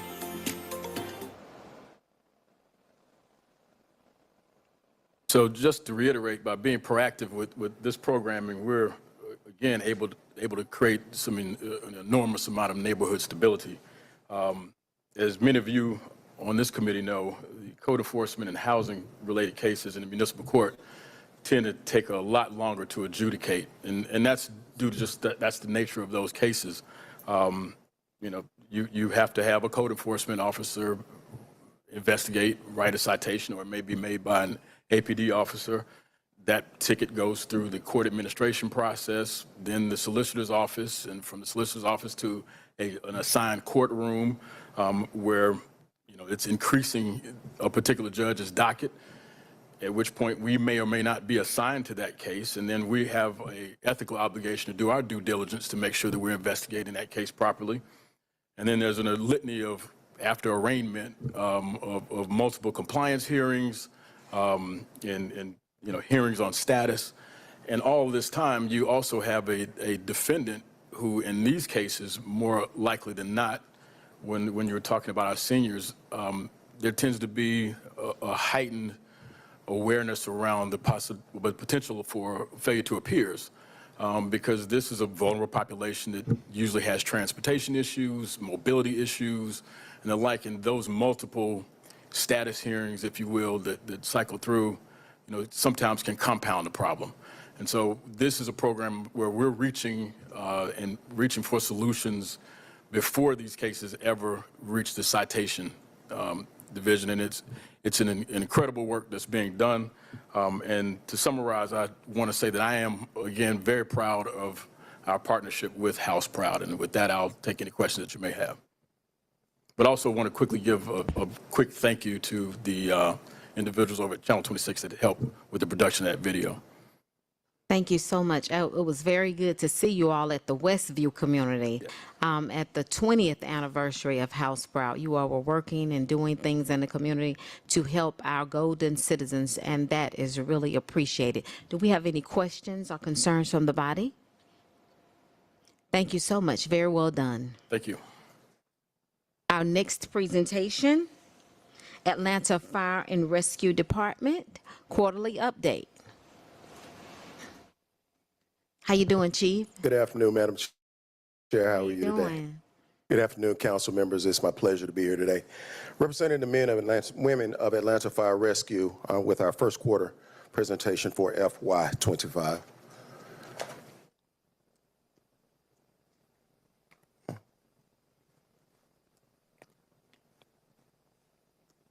Oh, gotcha. Okay.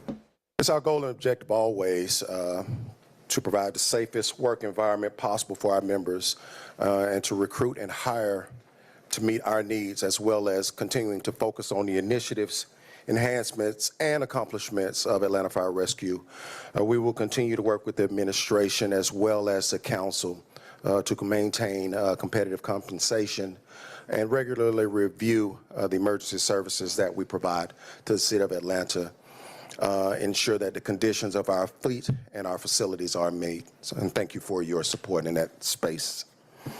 I'll jump right into our total calls for service, which I always share with you the overarching numbers for downtown and the airport. These are the numbers that come into our E911 centers, so there may be some duplicates. But I want to point out, as always, the request has always been to describe to you what others is, because it represents such a large number and it's not identified. And those calls are simply broken down into calls that do not represent a fire. They are non-emergency. They are typically service calls in nature, good intent, false alarms, and or alarm bells. With that, I'll go into the service metrics. We like to focus on situation found. The situation found, it represents the reports that are done by the responding officers to give accountability of what activity we have in Atlanta Fire. I'm proud to stand here today and tell you that overall as a department, our EMS calls are down 11%. We attribute that to us constantly working with our E911 center to scrub the call types to ensure that the calls that we are going on, the fire department is actually needed there. What we want to do is reduce that vehicle movement in the streets and make sure that our units are available when they are absolutely needed. What you will see also is an increase in fire calls, which represents 2.9%, which actually is an addition of 4 more fire calls. So we don't look at that in an alarming perspective, but that is up based on the percentage. However, the low number of fires that we have, our goal is to keep that number as low as possible.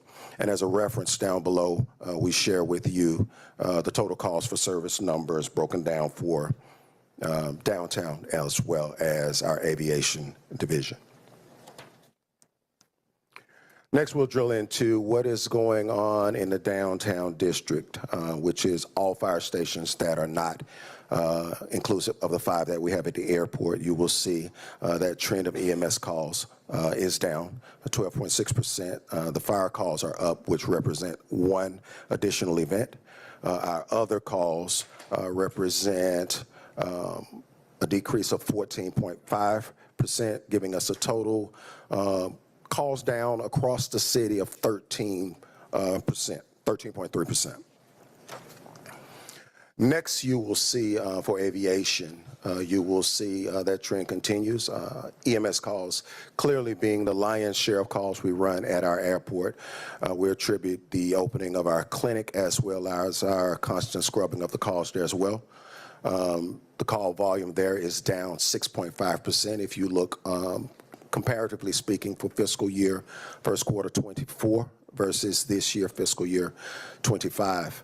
The fire calls, we have a total of 6 that have occurred this year. We do not expect that trend to continue as fires rarely occur at our airport, especially structure fires. However, the total call volume for Atlanta Fire at the airport is down 11.4%. Next, we look at the attrition for Atlanta Fire Rescue, our hiring.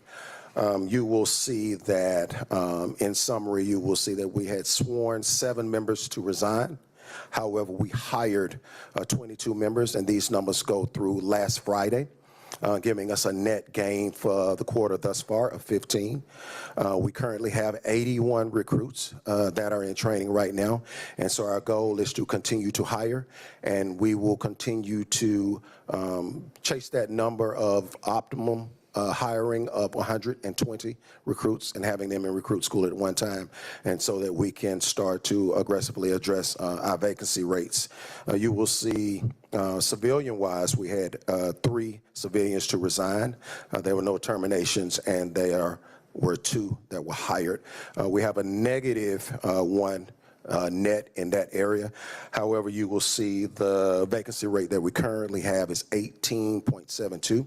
That is representative of our sworn as well as our civilian personnel. That is a slight increase from our historical numbers ranging from about 13 to 14%, and this is due to the additional positions that were added to Atlanta Fire Rescue in this current fiscal year, with the last position paper totaling 77 new positions.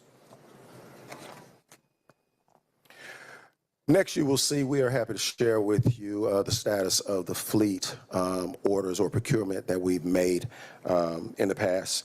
I'm told that the 3 service support trucks at the top that are identified as end of September are actually local. Those trucks are scheduled to be delivered to us the end of this week or beginning of next week and added to our fleet. You'll see the 3 reserve engines or 3 reserve pumpers are scheduled to arrive at the beginning of October. And so you can see we have a large number of equipment, everything from our battalion vehicles, our EMS supervisors, homeland vehicles, an engine for the airport, beginning to arrive middle October through November. So we are very excited about bolstering our fleet and adding that equipment to Atlanta Fire Rescue's cache.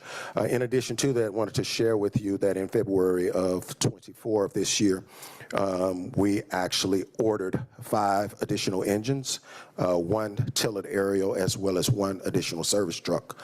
Our request for FY25 was submitted the end of August, and we have requested 8 additional engines as well as 3 TDAs. And so the administration is working with us to secure financing to bring that to fruition. Next, you will see facility enhancements. We are excited about the addition of 4 new stations. This is tied directly to the mayor's Moving Atlanta Forward initiative. On Friday, we celebrated the groundbreaking of Station 30 in Southeast Atlanta, which is one of 4 stations that are forthcoming. Station 26 is directly behind it. Matter of fact, there was a contracts meeting today to talk about Station 26, and so looking forward to scheduling that groundbreaking here very soon. To Station 25, which is on the southwest side of town, along with Station 31. Station 25, we're procuring the permits at this time, and Station 31 is in the design phase. Just wanted to share with you a couple of renovations that we have going on. We're looking for a final approval, and it is in process to renovate Station 14, which is on Lee Street. The long-awaited Station 22 should be in that top list because it is not a renovation, it is a brand new station. And we anticipate getting possession of that station and scheduling a ribbon cutting before the end of October. And we are commencing the next phase of our bay door project, where we're putting the fast opening bay doors on all of our fire stations in the city of Atlanta. And so we anticipate that that project will be completed no later than the first quarter of fiscal 27. And down below, you can see just a couple of the projects that we have recently completed that we've shared with you before, which was the first phase of our bay projects Fire Station 36 and EMS Station 37. Our community engagement continues, and we continue to make sure that the community knows that we are engaged outside of the red lights and the emergencies coming. So you will see a host of events that Atlanta Fire Rescue has participated in, everything from National Night Out to the Mayor's Senior Ball. Atlanta Fire, along with our Fire Foundation, recently had our first annual 5K, which is a success, and you'll see a plethora of events that we participate in. And just to remind you, as well as the public, that we continue to do our smoke detector blitzes, because prevention is the key. And so if public or you know of anyone who needs a smoke detector installed, please don't hesitate to send them to your local fire station or contact us, and we're willing to come out and install that free of charge. And as always, our doors are always open to do blood pressure checks for our community and our Safe Size program if there are any members of our community that feel that they are in danger from domestic violence. We will lock those stations down and get them the assistance they need. We are excited to launch off our next version of Camp Ignite, which will be mid-October. Camp Ignite is a career exploration camp for females that may be interested in being firefighters for the city of Atlanta. The age group ranges from age 14 to 18. We let them have the fire station along with the female mentors on Lee Street. They get the station for 3 days, and they get to interact and to share transparently about what it takes to be a firefighter in the city of Atlanta, especially being a female in a male-dominated environment. And so we want to inspire them to become members of our organization and taking advantage of the career opportunities and the ancillary opportunities we have for our fire employees. And with that completes the quarterly presentation, and I'll open the floor up if you have any questions for me. Thank you, Chief. I want to take this opportunity to thank you and your entire team. Your community outreach is out of sight. Out of sight. Thank you so much for all that you all do for the citizens of Atlanta. We truly appreciate that. At this time, the Honorable Amir Faroqi, followed by the Honorable Antonio Lewis, and then Vice Chair Dustin Hillis. Thank you. Thank you, Madam Chair. Thank you, Chief, for their presentation. As always, I have 2 fire stations in my district, one of which is Fire Station 15, home of the night train.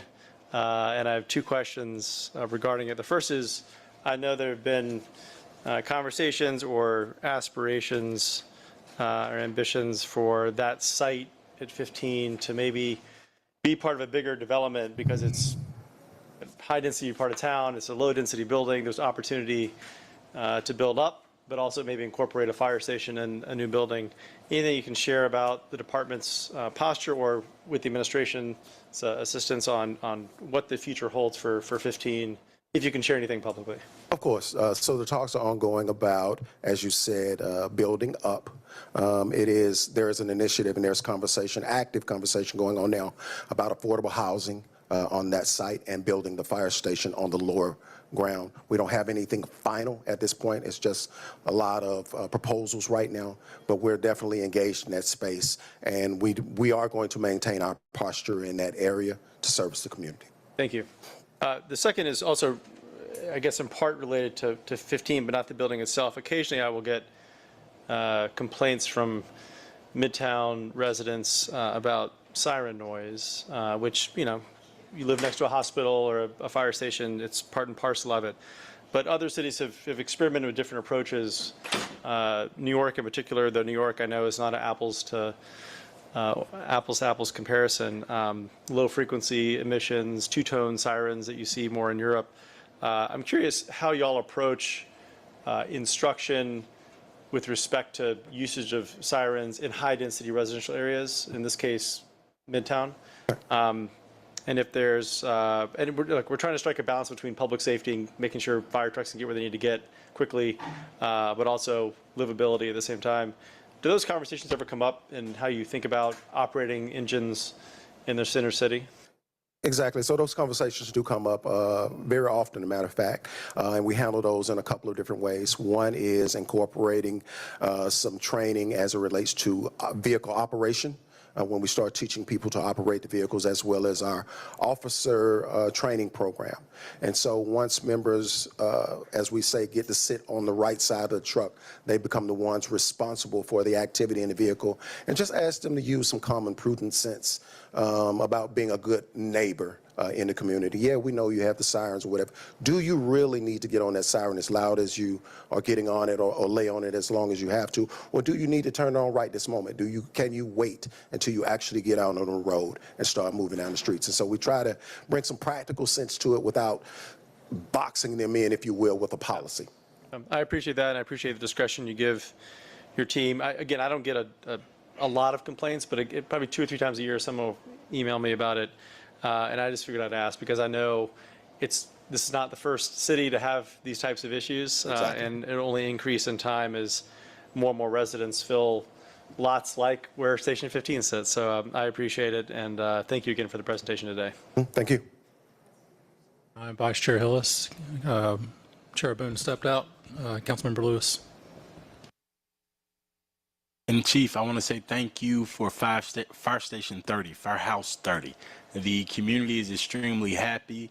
The black tarp that went around the gate brought a joy to the community. I've seen people go over and take photos in front of the fire station because they know it's about to go down. So people are extremely excited about what's to come.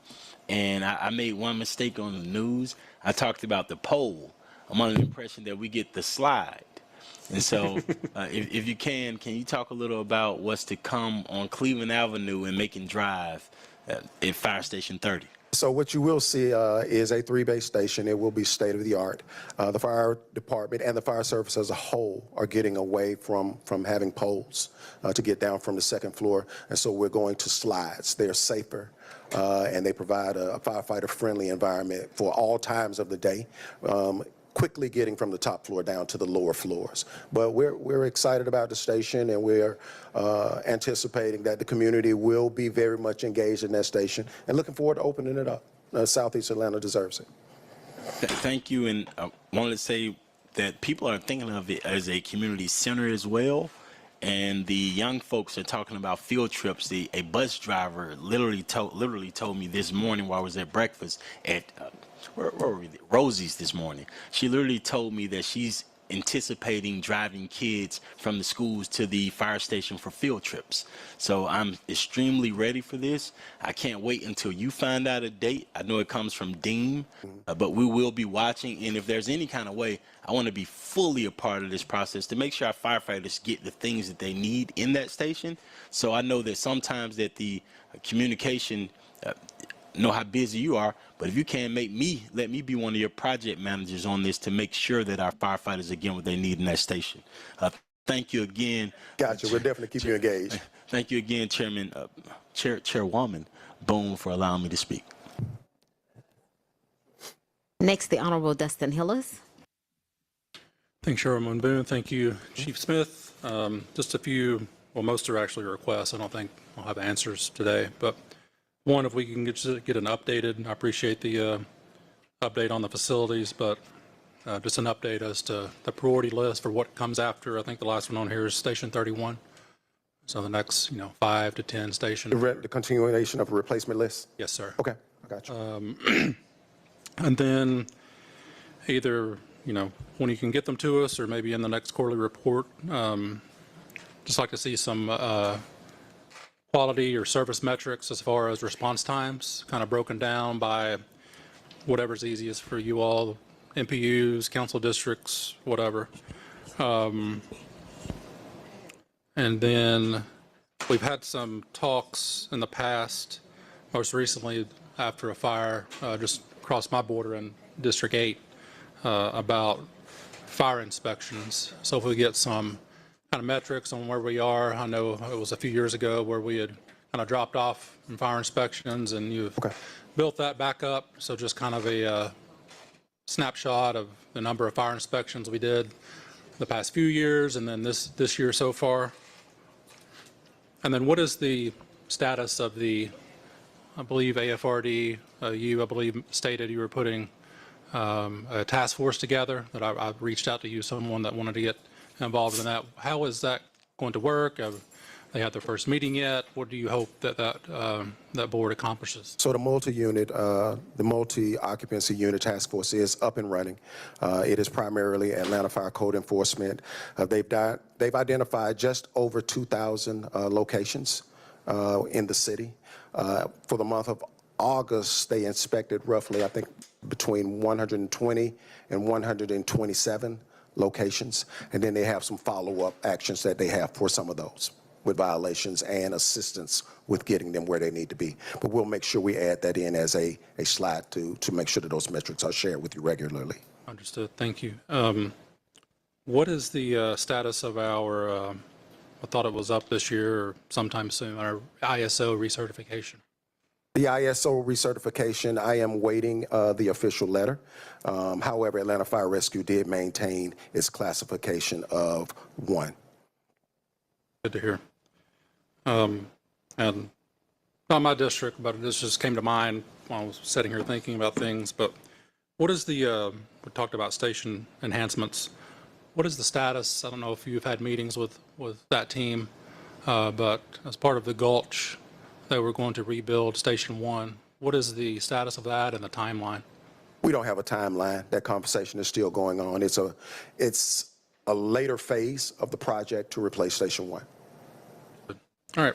Thank you. That's all I have for now. Thank you, Chief. Thank you very much. The Honorable Antonio Lewis. In the excitement about that new fire station, I almost forgot to do 2 other things. I want to thank fire, I don't know the exact term, but Mr. Simon and Mr. Cummings for all of their answering of phones that I've been doing and for smoothing this process over the past 2 years along with yourself, because I know that I've been burning your phone numbers up this entire time over that. So I truly appreciate that. I also want to appreciate one of them as well for helping out with Chairman's Food. I know that we're working with the water pressure over there. Right, right. So the fire department, you all are working in many different factors, right? So you are helping us with water pressure on the northernmost part of my district, and you're helping with Ms. Nash hand out food and water on the south side. So thank you to the fire department for stretching beyond, so that the team with Ms. Nash, the young folks in the red shirts, fire trainees, recruits, yep, they are next level. I hope that we can get other departments, if they have recruits, if they have a time in which they service the community, to mimic, to where we can call one person like Ms. Nash, which all of us do, and do the same thing. But thank you for that as well. So thank you for all the work in District 12 you're doing, and huge shout out to Cummings and Simon for those phone calls. Assistant Chief Cummings and Section Chief Simon.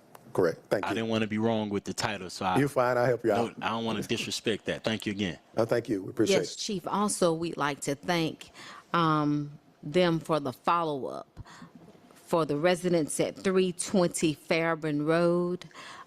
Those residents lost everything, and your team was able to come out, follow up, help them to get situated in their new units there. And for that, we appreciate you all so much. So again, thank you so much. Thank you so much. Okay. Very well done. Next. We have been joined by the Honorable Liliana Batiera.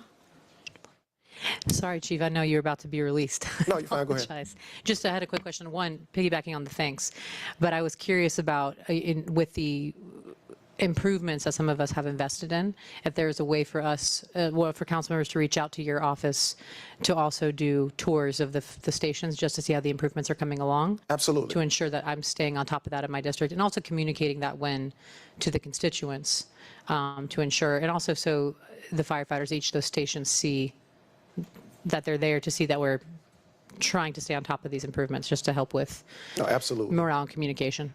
We want you to see where your funding is going, so we appreciate everything. Thank you. So would it be okay to reach out by the end of this week? Yes. Awesome. Thank you. That was my main question. That was it. I appreciate it.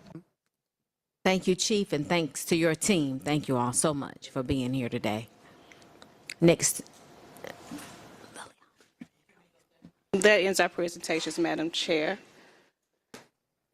Councilmember Bakhtiari requested that we take her item first. Please proceed.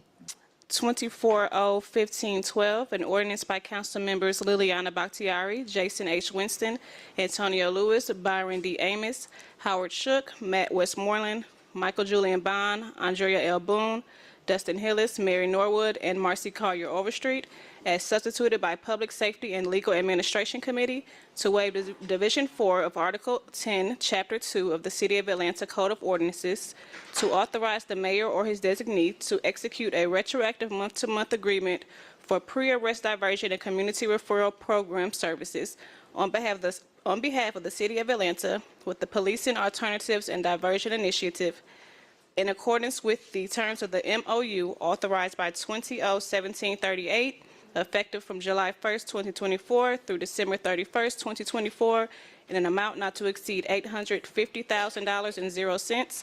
All contracted work to be charged to and paid from the fund department organization and account numbers listed herein, to ratify the acceptance of any pre-arrest diversion and community referral program services provided to the City of Atlanta by PAD from July 1st, 2024 through the date of the execution of the agreement authorized hereby, to authorize the Chief Financial Officer to make a direct payment in an amount not to exceed $550,000.00 for services rendered from July 1st, 2024, and for other purposes. Madam Chair, that was the substituted caption. If we could have a motion to bring forth a substitute. So moved. Moved by the Honorable Amir Faroki, seconded by the Honorable Dustin Hillis. Please proceed. The vote is open.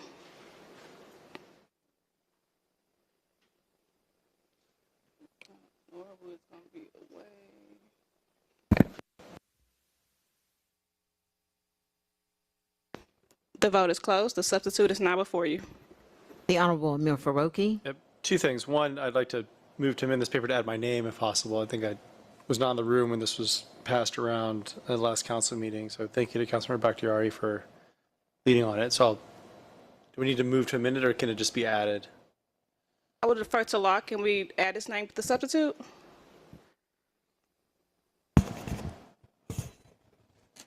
I would recommend moving to amend to add the name. Okay. Just for clarity. Okay, one moment.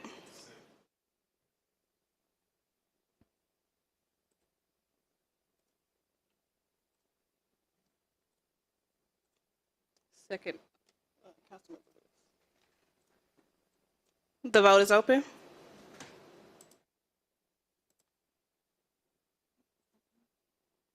The vote is closed. 4 yeas, 0 nays. The amendment has been approved. The Honorable Amir Faroki. And then for additional context, this committee 2 weeks ago passed a paper that was dual referred to finance that I introduced that would fund PAD going forward. This paper is retroactive for the months they have not been paid. That paper was held in finance last cycle, which is why we had a little bit of kerfuffle at the last council meeting. So between this paper that Councilmember Bakhtiari has led on and the one that's sitting in finance, assuming that'll get moved tomorrow or this week, we should be good to go for a couple of years. So thank you, Councilmember Bakhtiari. Wednesday. Thank you. And so just to echo Councilmember Faroki, and I'll allow for legal to speak to this as well, this is to authorize up to not to exceed $850,000. It includes the back pay from the two invoices that had not yet been paid, which I believe those two invoices equaled about $550,000. Is that correct, Ms. Robinson? The ordinance itself funds the back pay, the back invoices at $550,000. I've not actually observed the invoices myself, but it does provide for the payment of the retroactive invoices in the amount of $550,000. Thank you. So the idea of this is that we've already paid that. The funds for the back pay have already been released. They were released last Monday, just so that everyone is aware. So those PAD should already be in receipt of those funds. This is to grant us a bit of extra dollars as we discuss and iron out the details of the contract that Councilmember Faroki authored and is talking about. So there are some colleagues that just want to have a better understanding of how services are distributed, et cetera, which is very valid. So this allows us the opportunity to discuss that without having any holdup for pay for PAD again. So this should get us through the end of the year while we iron out those details. And as Councilmember Faroki said, should take care of this issue for a long time to come. So happy to answer any questions. The Honorable Antonio Lewis. I truly appreciate this paper, Councilmember Bakhtiari. Thanks, Ian. I wanted to put a statement on this that my goal and my hope is that we are able to look at the hours. Yes. We do know that 7 a.m. to 7 p.m. the days of the week, we have to see the appetite. We have to see those, in my opinion, change because the crime hours aren't matching up with that time period. Even if they don't change, even if they keep the same 12-hour shift, but switch from 7 p.m. to 7 a.m. Yes, I think that to your point, Councilmember, I think these questions are really fair. When PAD started, it was a pilot on the southeast side of the city. They're now expanded citywide. So I think it's fair that we talk about how to revisit that contract to find out how we have services that best suit different parts. So on the east side, because the pilot was started there, we benefit greatly. But to your point, and understanding parts of Southwest and West End, like improving our services there, that's what the conversation's about. We have the time to now discuss that while we work out. We can now discuss those points without having to worry about them not getting paid for the services they're still doing. So this will get us through that while we talk about the contract. I don't know. Second. Motion second motion. If that's okay. Well, I can't make anything. I'm not on the committee, or else I've. No. The vote is open.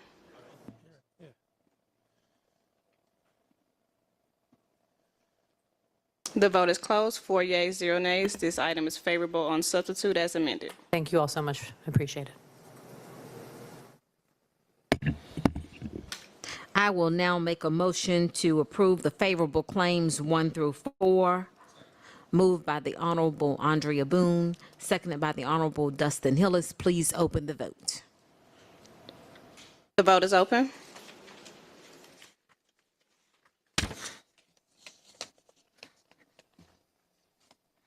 The vote is closed. 4 yeas, 0 nays. These claims are favorable. I will make a motion to adverse the unfavorable claims 5 through 56, seconded by the Honorable Antonio Lewis. Please open the vote. The vote is open.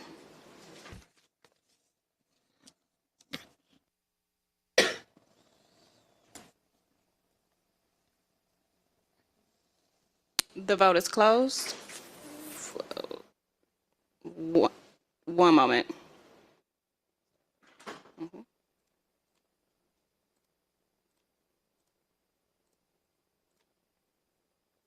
The vote is open.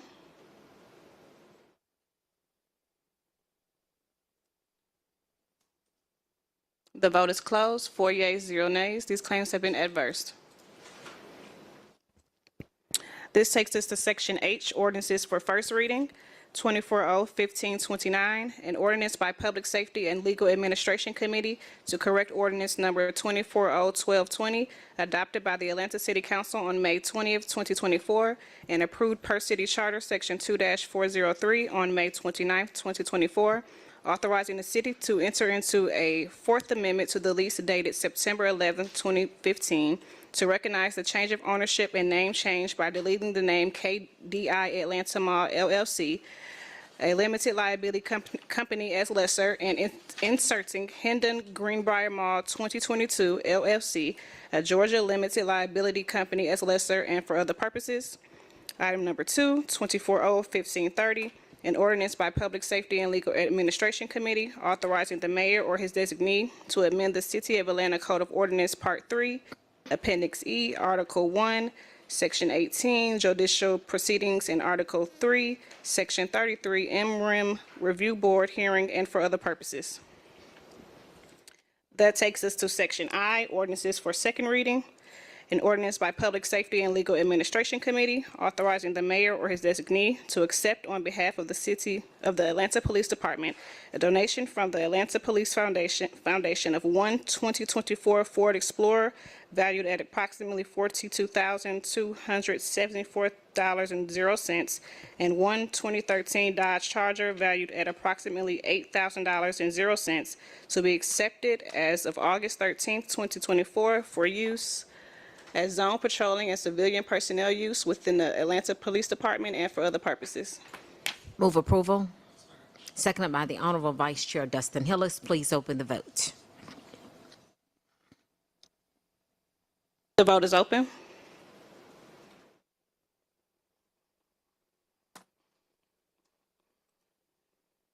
The vote is closed. 4 yeas, 0 nays. This item is favorable. We have been joined by the Honorable Michael Julian Bond. This takes us to item number 5, 240-1516, an ordinance by Councilmember Mary Norwood to amend Chapter 10, Article 2, Section 10-94A of the City of Atlanta Code of Ordinances so as to provide an exemption from the distance requirements listed in Section 10-88 of the City of Atlanta Code of Ordinances for one convention center selling alcoholic beverages for consumption on the premises located at 1881 Howard Mill Road, Atlanta, Georgia, and for other purposes. Move approval.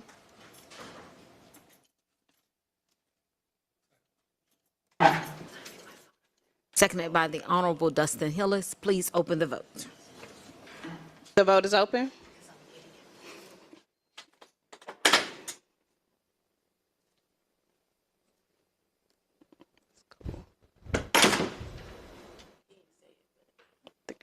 Aye.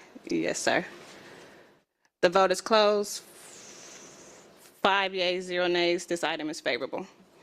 This takes us to Section J, Resolutions, 24R4175, a resolution by Public Safety and Legal Administration Committee authorizing the reemployment of City of Atlanta Department of Corrections employee Cheryl Dowdy, Corrections Identification Technician, under Section 3-505A of the Charter of the City of Atlanta and for other purposes. Move approval. Seconded by the Honorable Vice Chair Dustin Hillis. Please open the vote. The vote is open. Bond was an aye.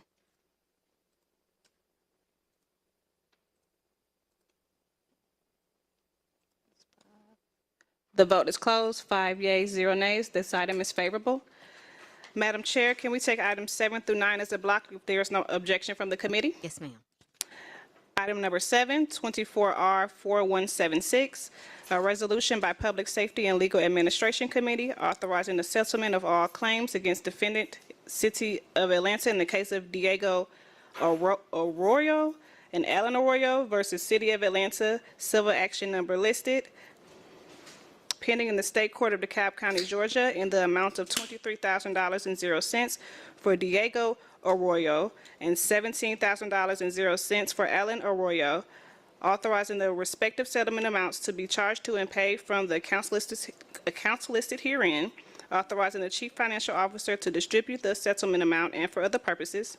Item number 8, 24R4177, a resolution by Public Safety and Legal Administration Committee authorizing the settlement of all claims against the City of Atlanta in the case of Keith Richburd versus City of Atlanta, civil action file number listed, pending in the State Court of Fulton County, State of Georgia, in the amount of $39,000.00, authorizing the settlement amount to be charged to and paid from the accounts listed herein and for other purposes. Item number 9, 24R4178, a resolution by Public Safety and Legal Administration Committee authorizing the settlement of all claims against the City of Atlanta in the case of Arceli Jordan versus City of Atlanta, civil action file number listed, pending in the State Court of Fulton County, State of Georgia, in the amount of $18,500.00, authorizing the settlement amount to be charged to and paid from the accounts listed herein and for other purposes. Move approval. Seconded by the Honorable Vice Chair Dustin Hillis. Please open the vote. The vote is open.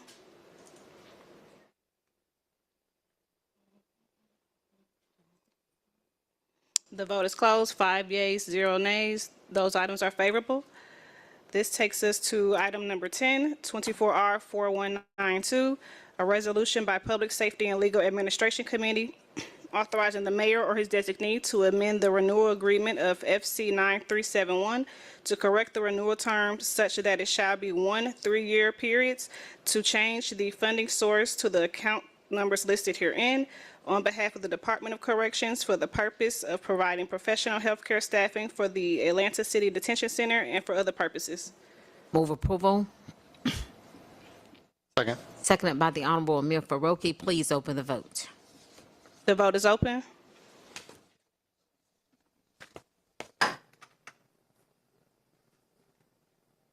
The vote is closed. 5 yeas, 0 nays. This item is favorable. This takes us to item number 16. This item does include a substitute. I'll read the caption. 24-01116. An ordinance by Councilmember Antonio Lewis as substituted by Public Safety and Legal Administration Committee to amend Chapter 10, Article 2, Sections 10-92B of the City of Atlanta Code of Ordinances so as to provide an exemption from the distance requirements listed in Section 10-88.1 for package stores licensed to sell malt beverages and/or wine for an establishment located at 825 McDaniel Street Southwest, Atlanta, Georgia 30310, and for other purposes.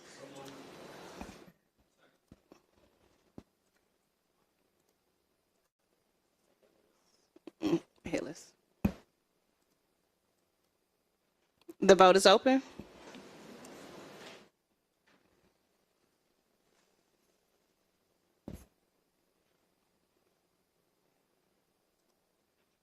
The vote is closed. 5 yeas, 0 nays. The substitute is before you.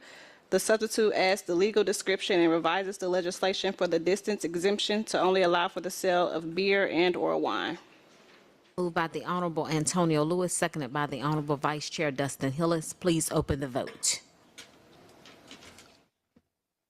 The vote is open.